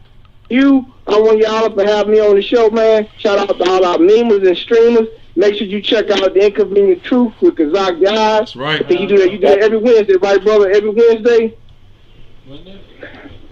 Man, The Inconvenient Truth, I believe, is every Wednesday. I believe. Go ahead and tell them exactly what it is, because I try to tell them every Sunday.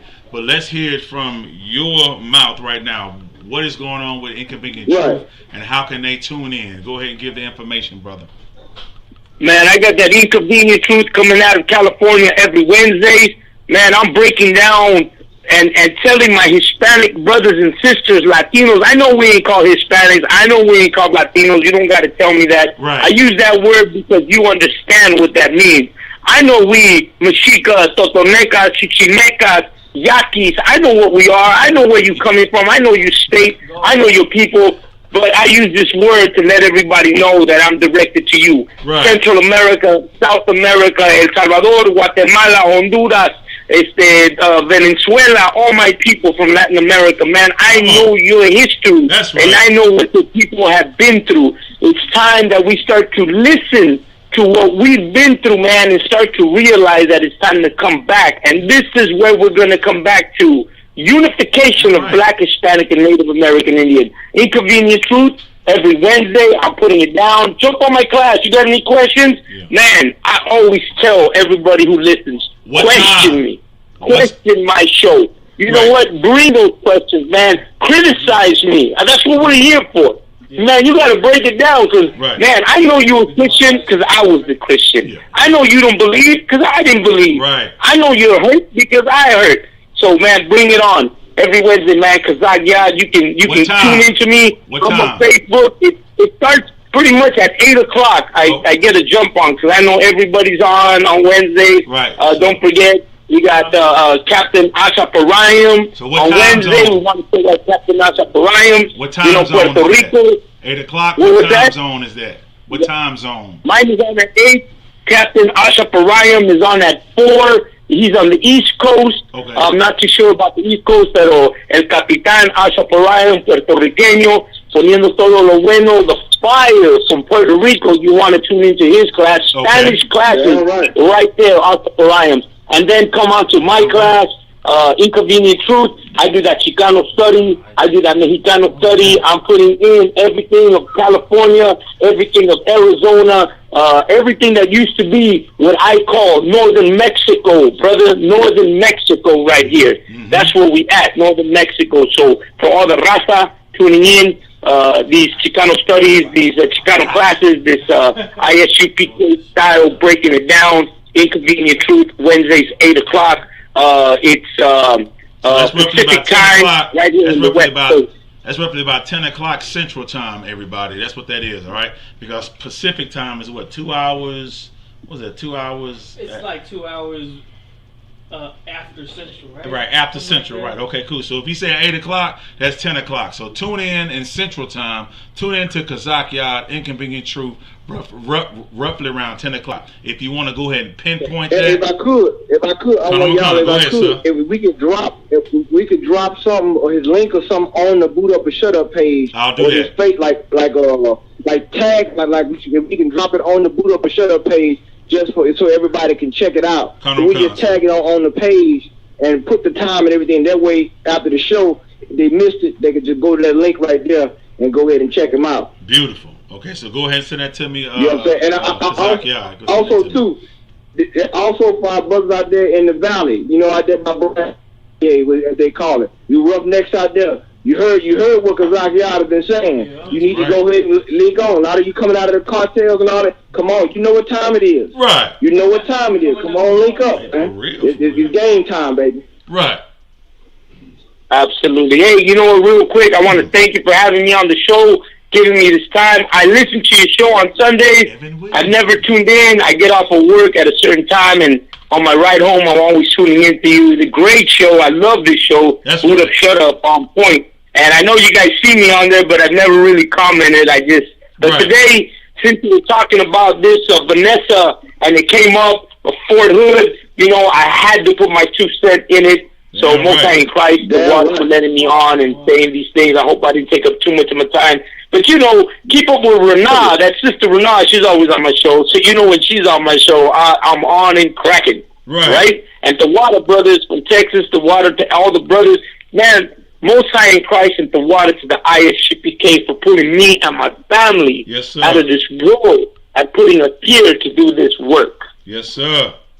Yes, sir. Damn right, brother. Damn right, brother. Look, I'm glad. Look, shout out to that brother, man. Shout out to, like I said, once again, illustrating the West Side story of the One West story. You understand? Right. Straight like that, coming straight out. Look, man. I'm in hell, and look at what I'm gonna be in here the rest of the night. Okay, so I want to say shalom to everybody out there. The Water Awanyala, the Water Kazak Yah, all the brothers and sisters listening. I'm Captain Kahan, them Yah reporting live from hell. I'm out of here. Most High in Christ, I love it when he says Most High in Christ. I love it when Cap do it like that, man. It don't get no better than that. But go ahead. Yeah, right. I'm just gonna say, same here, man. Animo Raza, let's get this going, and the Water for having me on my show. And I'll make sure to tune in next week. And you know, I'm always open. Call me up, man. I always got something to say. The Water for having me on my show, man. Most High in Christ. Hey, the Water for answering my phone calls. The Water, you know what I'm saying? I got some more brothers from the Rio Grande Valley. Yashikar Band Yashikar is hitting me up daily, man, with relatives, with people that's there that need, you know what I'm saying, to be talked to by you. You see what I'm saying? To be able to get this. So, you know what I'm saying? The more we communicate all the time, I understand why 12 Shield General Mahaiman, under the authority of Commanding General Yohana, has, you know, named you the ambassador, man. You know what I'm saying? He is the ambassador named by, that came out in class. You know what I'm saying? And he is the ambassador, man, to bring that Northern Kingdom. There's no Northern Kingdom, but you know what I'm saying? To bring Hispanics, Latino, like you said, that's not the name. But you know what I'm saying? To bring them in under one fold into this Israel, to let them know why you're so special and why you're being done by the white man the way you're being done, because you're God's chosen people. You know what I'm saying? So he's the one that can tell them, and he knows. I don't hesitate. I'll talk so much. I say, hey man, you speak Spanish? Yeah, I do. Hold on, I gotta make a phone call, and I'll call him. You know what I'm saying? He knows. I'm keeping it 100. I go, hey, when you get off work, okay, listen, when you get off work, I got a brother that's doing it. You know what I'm saying? And these brothers, some of them do it, some of them don't, but it's good. You know what I'm saying? For the UPK has trained us for me to be able to lean on Kazak Yah, man. You know what I'm saying? For him to wake up our brothers, man, and let them know that you are just as special, you know what I'm saying, as these blacks. You know what I'm saying? We are God's chosen people, and that's the reason why we're being done like that. And out of the mouth of that soldier right there, they gonna hear him, man. And I don't hesitate to call his number. That's a heavy name, ambassador. Man. You know what I'm saying? That's a goddamn ambassador. You know what I'm saying? Listen. And that was given to him by ranks above me that I ain't even trying to get close to. You know what I'm saying? Okay. So listen, that's the goddamn ambassador, because that's what the general said. Shalom. That's it. Absolutely. You know what I'm saying? You got a problem with that. You know what I'm saying? You got a problem with and shout out to my brother Yashika Banyashika, who speaks to me on and off, man. That young brother right there, man, that's gonna be a soldier right there. That brother right there, you guys better watch out, because I know I've heard that brother speak to me, man, and man, that's a hidden gun right there. That's a hidden gun. Con out of one con. Listen. Under the direction and the instruction of Captain of 10,000 Yatazaki got me going out there to the Rio Grande Valley. I'm telling you, what you just said is a accurate assessment of Yashikar Ben Yashikar. Like I gotta tell him damn near daily. Would you stop saying F Edomites on your damn page? What's wrong with you? You know what I'm saying? I'm always like that. You know what I'm saying? Like, boy, listen, tell you something, boy. He been here before. And when he came here before, they did him ugly. You feel what I'm saying? Yep. You know what I'm saying? And listen, Yashikar Ben Yashikar ain't no goddamn punk. Okay, I'm telling you what I know. That's that goddamn, he was involved in all type of shit. And all type of drug activity and cartel. You know what I'm saying? And guess what? The Lord brought him up out of that, nigga. Right. This is real. That's crazy. You know what I'm saying? This is real. Yeah, this ain't no joke, man. This is real. And it only takes the Lord, Yahweh in the Hebrew, to bring you up out of that goddamn nonsense and them gangs and everything else you was in, man. The Lord got to be with you, man. And that's my nigga, man. You know what I'm saying? And listen, damn right. Man, you know what? Go ahead. I'm gonna tell you something. I've been in here a minute, and I've seen a lot of man. Man, my heart is filled to see my brother Tola come in, Ayar come in. Right. You know, Oscar War and Kasharwan, and man, I can go through a whole list. You know, of brothers, of people from El Salvador and Mexico coming into this truth, man, and I see them on my show, man, and I wish I could name everybody by name because they deserve it. But let me tell you something, to all my Hispanic brothers out there, you know who you are because I see you and I speak to you, man. Most High in Christ that you're here with us. I say this, stay strong, brother, and fight them demons. Get in here and do this work and be chosen. We might be those revolutionists that our ancestors used to be, man, that we can come up and speak for those who don't have a voice and make this work, brother, because we them soldiers, and you know what, I'm glad to see these brothers come in, man. I wish I had a list to name everybody, but there's so many that, you know, it passes me, but man, much love to all these Hispanic brothers coming in here, Salvadoreño brothers coming in here, from Milwaukee, from Texas, from Oregon, from all across, man. Man, these brothers are strong brothers, and I'm glad to see them, man. I don't speak to too many times, but man, we talk about them here at the house when we all gather together. We always like, man, we got this brother, Man, they are like chess pieces to us. Important parts of this whole thing, brother. Important parts, and man, much love to these brothers, all of them. Good, nice. And guess what? You heard it. You heard it straight out of the mouth, you know what I'm saying, of the ambassador, you know what I'm saying? Listen, man, stay vigilant, man. That's what he's trying to tell you, man. Stay vigilant, because guess what? We got some things that's going on right now, you know what I'm saying, that is actually blessing, you know what I'm saying, that's actually blessing Israel, man. And you, listen, you brothers, man, you Native American Indians, you know what I'm saying? That's what you call right now, you know what I'm saying? You know what I'm saying? And you Mexican brothers, you know what I'm saying? That's what y'all call right now. You all are great people, you understand?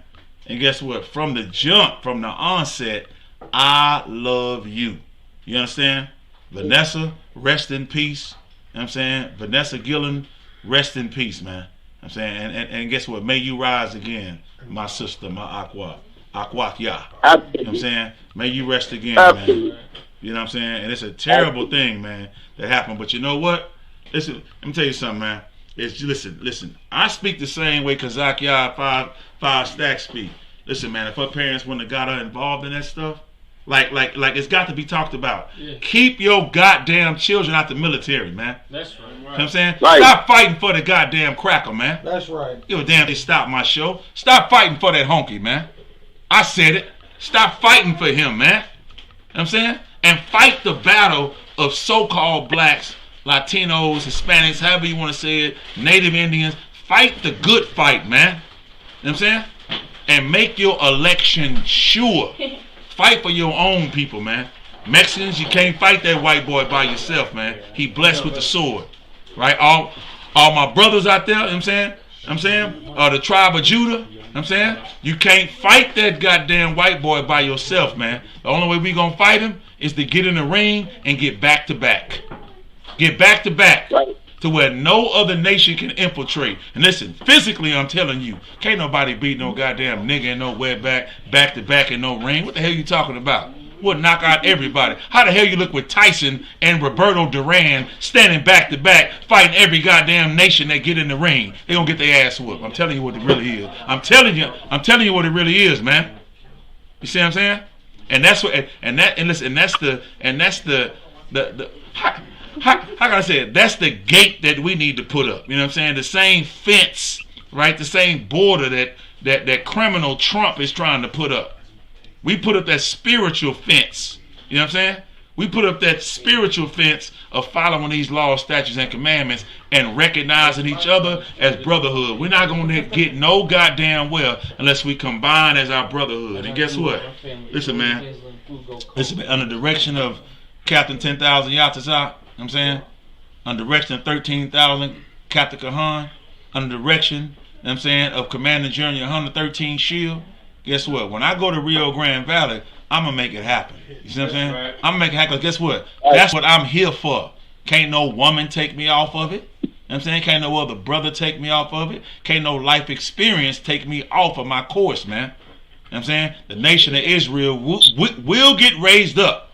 You know why? Because Commander General Hunter has given every officer, man, you know what I'm saying, the authority under Christ to get it done. So guess what? Let's get it done, man.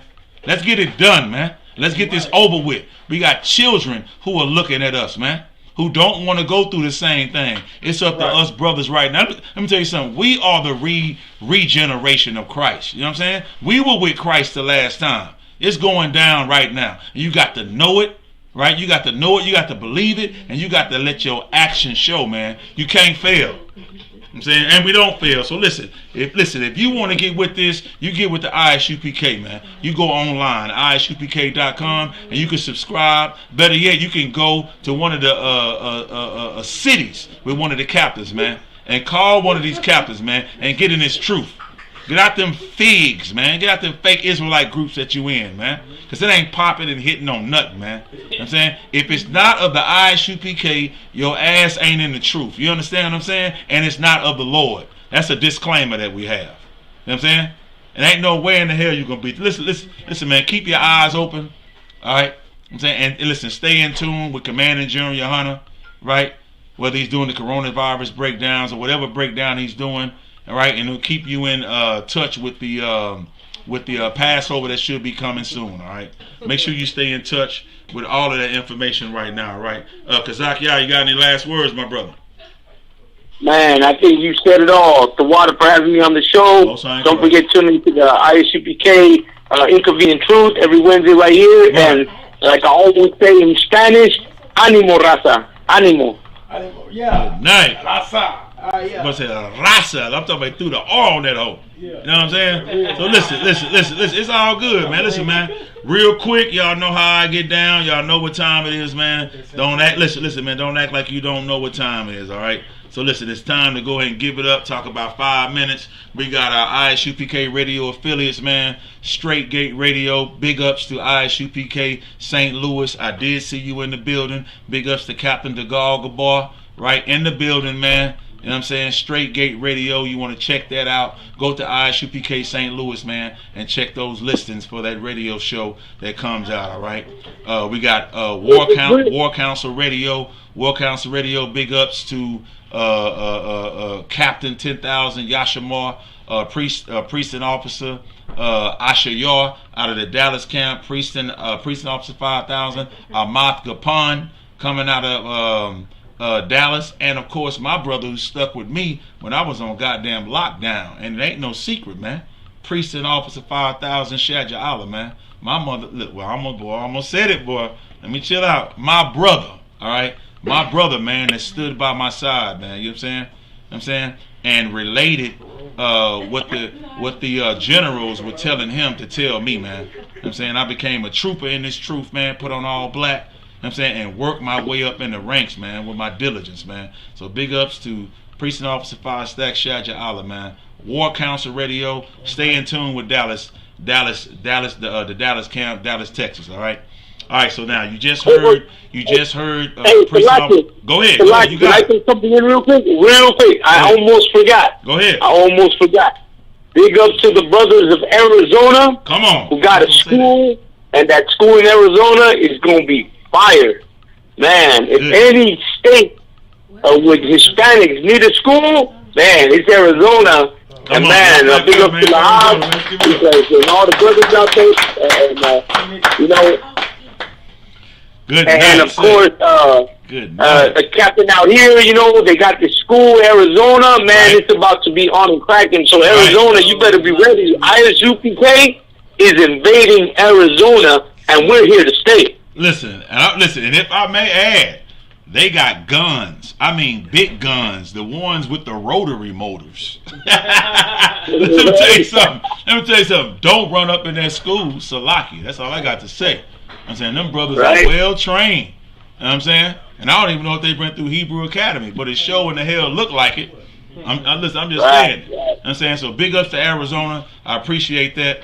You know what I'm saying? Kazak Yard. Now, again, the Inconvenient Truth is next on the list. Again, you heard Priest and Officer of 5,000 Kazak Yard let you know about all of the listings, about when the show starts, you know what I'm saying, on Wednesday. We're going to give it roughly, since we are Central Time, we're going to give that 10 p.m. Central Time, man. Make sure you check that out and share everything that this brother puts out. You know what I'm saying? Because it's 100% authentic. He's been certified and authorized by Commanding General Hunter as the ambassador, man. You understand what I'm saying? So that's what time it is, all right? So now let's go ahead and move on. We got our brothers, man.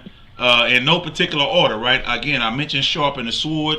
We're going to move to North Carolina, man. North Carolina, my brother, man, Ayah Zahab. You understand? Listen, a lot of y'all don't know. Ayah Zahab does the editing for all of the Commander General Hunter videos that's coming out recently, okay? He's also, you know what I'm saying, did a true sacrifice, and he's turned out his whole house, man. You know what I'm saying? Listen to me good, man.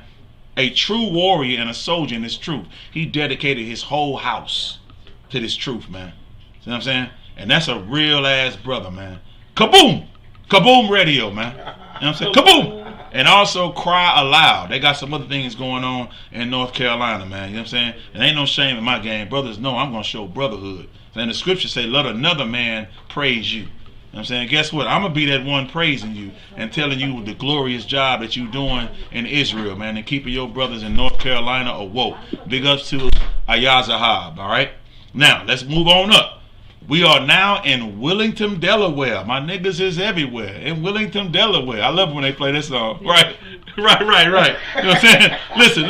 Listen, man. Rude in speech, man. Priest and Officer 5,000. Taziah 1, Priest and Officer, Matazapah, you know what I'm saying, and Captain of 10,000, Ariya Yahawadah, man. You know what I'm saying? Putting it in, man, in Delaware, you know what I'm saying? Delaware, ISUPK Delaware, rude in speech. Make sure you go to ISUPK Delaware and check those brothers out that's in Delaware, man, all right? Angry Black Man Media. Look, this go without no explanation, but I'm going to say it anyway. Chief Shock G. Chief Sock G, man, better known as Priest and Captain 10,000 Soccer War. Act like you know. You know what I'm saying? Every time he open his mouth, it's like a damn book report. You know what I'm saying? Like, you know what I'm saying? Like it's thorough. Listen, man. Yeah. Big ups to Captain Soccer. You putting in that work, man, at ISUPK Memphis. You know what I'm saying? Angry Black Man Media, man. See what I'm saying? And he's the brother that I played when the show started, right? When I started Boot Up and Shut Up today. Go back and look at the segment if you didn't catch it, right? You know what I'm saying? Big ups to Captain Soccer man, putting it down, man. You know what I'm saying? And you can catch him on the local listens. Go to ISUPK Memphis. You can check out all of his classes. Make sure you sharing those classes and liking him on video, all right? Angry Black Man Media. All right, well, listen. Cross the Line Radio. Y'all know what time it is, man. Cross the Line Radio. That's my big brothers, man. My big brothers, Captain 13,000 Tazar Yacht, Captain 10,000 Kazak Yard, man. You better act like you know Cross the Line Radio. But I'm going to tell you right now. Listen. Yeah, Captain Kata. That's what I said, right? No, sir. You said Kazak. Okay, so look, I've been talking to Kazak Yard all night. So let me correct that, because that's my brother. All right, I appreciate the correction. You know what I'm saying? That's why troopers got the most important job in the school. You know what I'm saying? So now that's Priest and Captain of 10,000 Kataza Salaki. All right, Kataza, my goddamn big brother, and he know it. You know what I'm saying? In the building, Cross the Line Radio, man. Listen, here's the deal though. Don't cross that damn line. Don't call in thinking you're going to try to run a damn thing. You're going to get your ass rolled up out somewhere. Okay? You know what I'm saying? And it happens so many times, man. Cross the Line Radio, man. Every Thursday, 10 p.m. Central Time. All right? I'm up, Salaki. 10 p.m. Eastern, 9 p.m. Central. All right? 10 p.m. Eastern, 9 p.m. Central. Priest and Captain 13,000 Tazar Yacht. Priest and Captain of 10,000 Kataza. I got it right this time. All right? All right. Every Thursday, man. Cross the Line Radio. Y'all know what it is, man. Now check this out.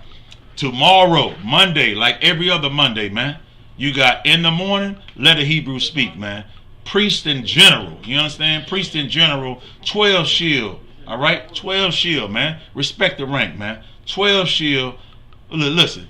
Who you think it is, man? Who you think it is? You better act like you know, man. You better listen. You better act like you know. You know what I'm saying? You better listen, man. Listen. Who you think is doing Let a Hebrew Speak? Y'all know who do it? Is it? Come on, who is it? Is it Akala Ryan? Nah, well, he does it too, but that's street talk. Okay. I said, yeah. Ain't that General Hazayan? Who? General Hazayan. Who? General Hazayan. You goddamn right. General Hazayan. All right? At 9 o'clock in the morning. You goddamn right. 9 in the morning Eastern Time. Act like you know, man. And that's 10 a.m. Central Time. All right? On some real issues, man. I'm saying we talking General Hazayan 12 Shield, man. Putting it down. I'm saying, and guess what? Captain Akar 13,000, man, in the building. Street talk, and of course my brother in the building, Marah, is in the building. All right. And if you ain't never checked out the Friday class, Elisha Wankwadash, you need to check that out. All right. I'm saying, listen, and while I'm plugging, big ups, the priest and officer 5,000, Tazadak, at the Houston camp. You know what I'm saying?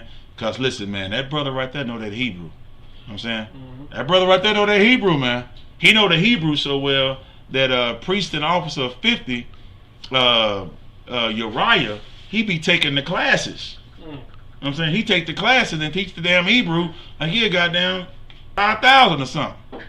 That show you the great work. So big up to my brother Tazadak. I'm saying out of Houston camp. You already know what time it is, man. Great Lasha Wonko Dash classes, man.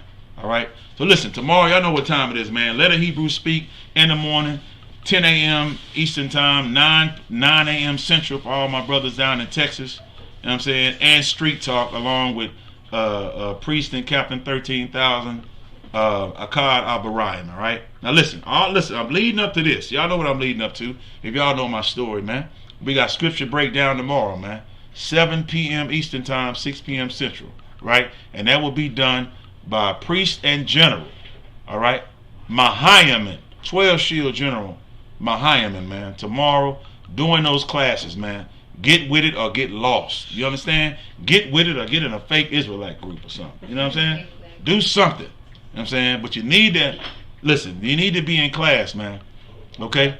Breaking down the scripture breakdown, ask your questions. You know what I'm saying? And be respectful. You get those questions answered. All of that leads up to what? The grill show.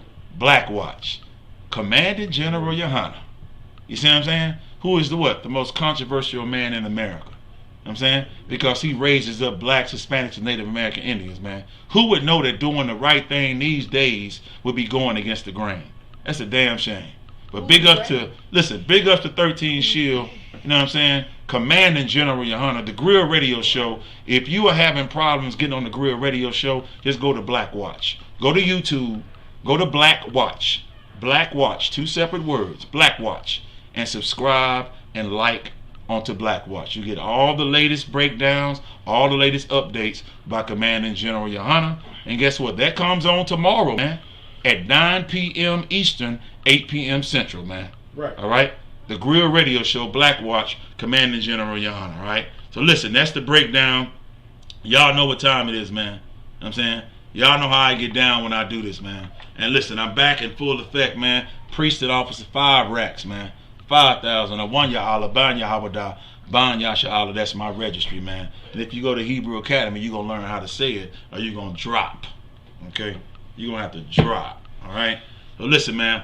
Hey, big ups to Priest and Captain 13,000, Kahan Thamyad, right? For every Sunday, man, giving his political and biblical views. The brother is certified, authorized, you know what I'm saying? Certified priest, man, with biblical and political knowledge.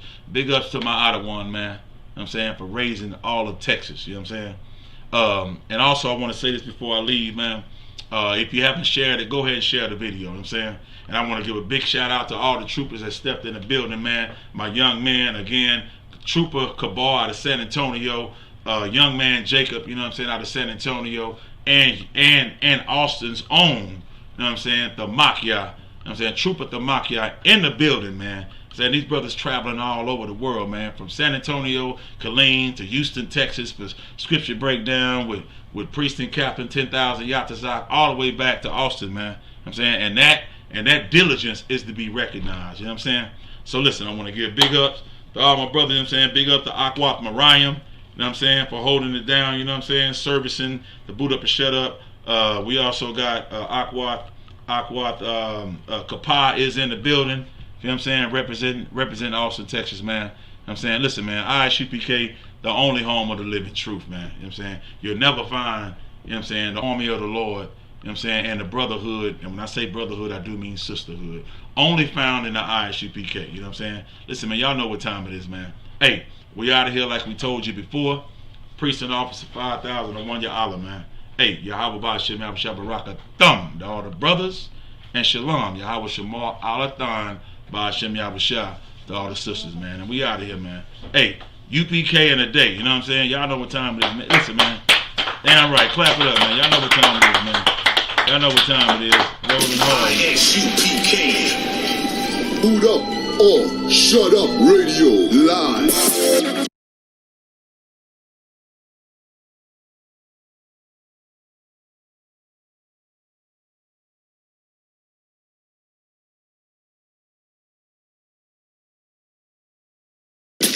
ISUPK. Boot up or shut up radio live. With Priest and Officer 5,000 rolling hard. Every Whatever I be rolling. to Trials and tribulations in my life. Priest and Captain of 30,000 Rolling hard. will be reporting live. Woke up, Lord bless me with another day. Eat shit, shower, and be on my way. Jumped in the two-dope, Monte Carlo solo with a fofo on my way to get the dope, yo. If you don't work, then you don't eat. Don't be scared to walk through life when you got feet. You gotta run the race to track meets. Can't trust nobody on the street, so you pack heat. Just got a phone call my homie, I grew up with dead. And last night my other partner had his toe kicked in by Fed. Crooked cops go to your hood and hug your steps, searching till they find your stash box where the gun is kept. I ain't never slept, some dream a fairy tale crime. The judge ain't giving no breaks, he giving jail time. I'ma put my trust and faith in the Lord. Never scarred on the boulevard, always rolling hard. I'm rolling hard, rolling hard. Rolling hard. Whatever I be rolling, rolling.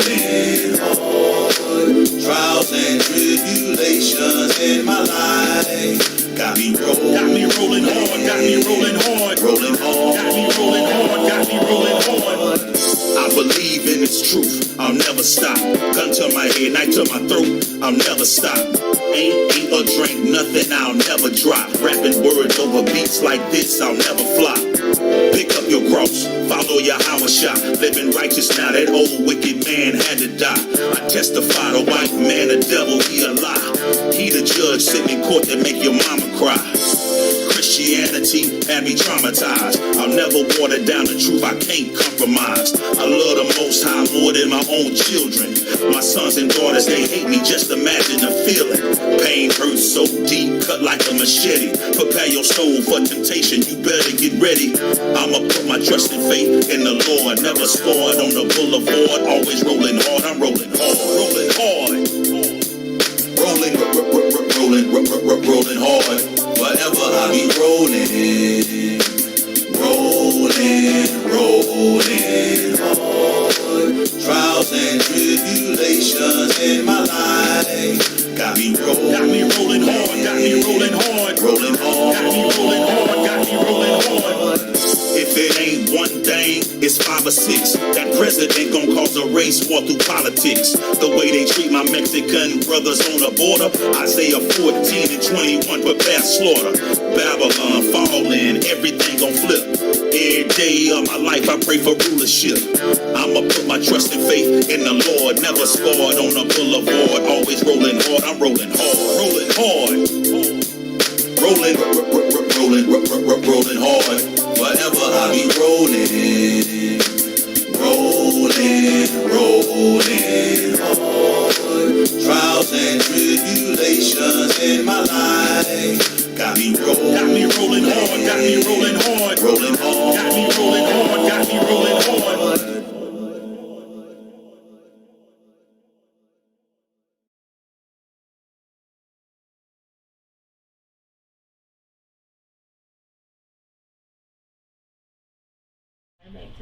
Hey, listen, man. Let me tell y'all something, man. I just, and I'm gonna get off after this, right? Big ups, man. You know what I'm saying? Big ups to Shalaya Allah. All right, I want to make sure that I get this in. It just kind of slipped my mind, man. You know what I'm saying? Shalaya Allah. Big ups to that brother, mate. You know what I'm saying? ISUPK Santo Domenico, right? Excuse me, Santo Domingo classes, man. They have classes Mondays, 7 p.m. to 9 p.m., man. You know what I'm saying? 7 p.m. to 9 p.m. on Mondays, YouTube and Facebook, man. Dominica Republic, man. All right, big ups to Shalaya Allah, man. You know what I'm saying? You my goddamn brother, and I had to make sure I flip back over to go ahead and mention that. I'm going to say it one more time. ISUPK Santo Domingo classes, man. Santo Domingo classes, Mondays, 7 p.m., 9 p.m. on YouTube, on Facebook, Dominica Republic, all right? Let's get it in, man. They're my brothers, man, you know what I'm saying? And that's why I did what I did. Y'all already know what time it is, man. Hey, y'all, shalom, man. I'm going to eat this pizza, man, and get my drink on. Y'all know what time it is, man. Shalom. Shalom, Israel. Kwam Yasha Allah. Kwam Yasha Allah, man. All right.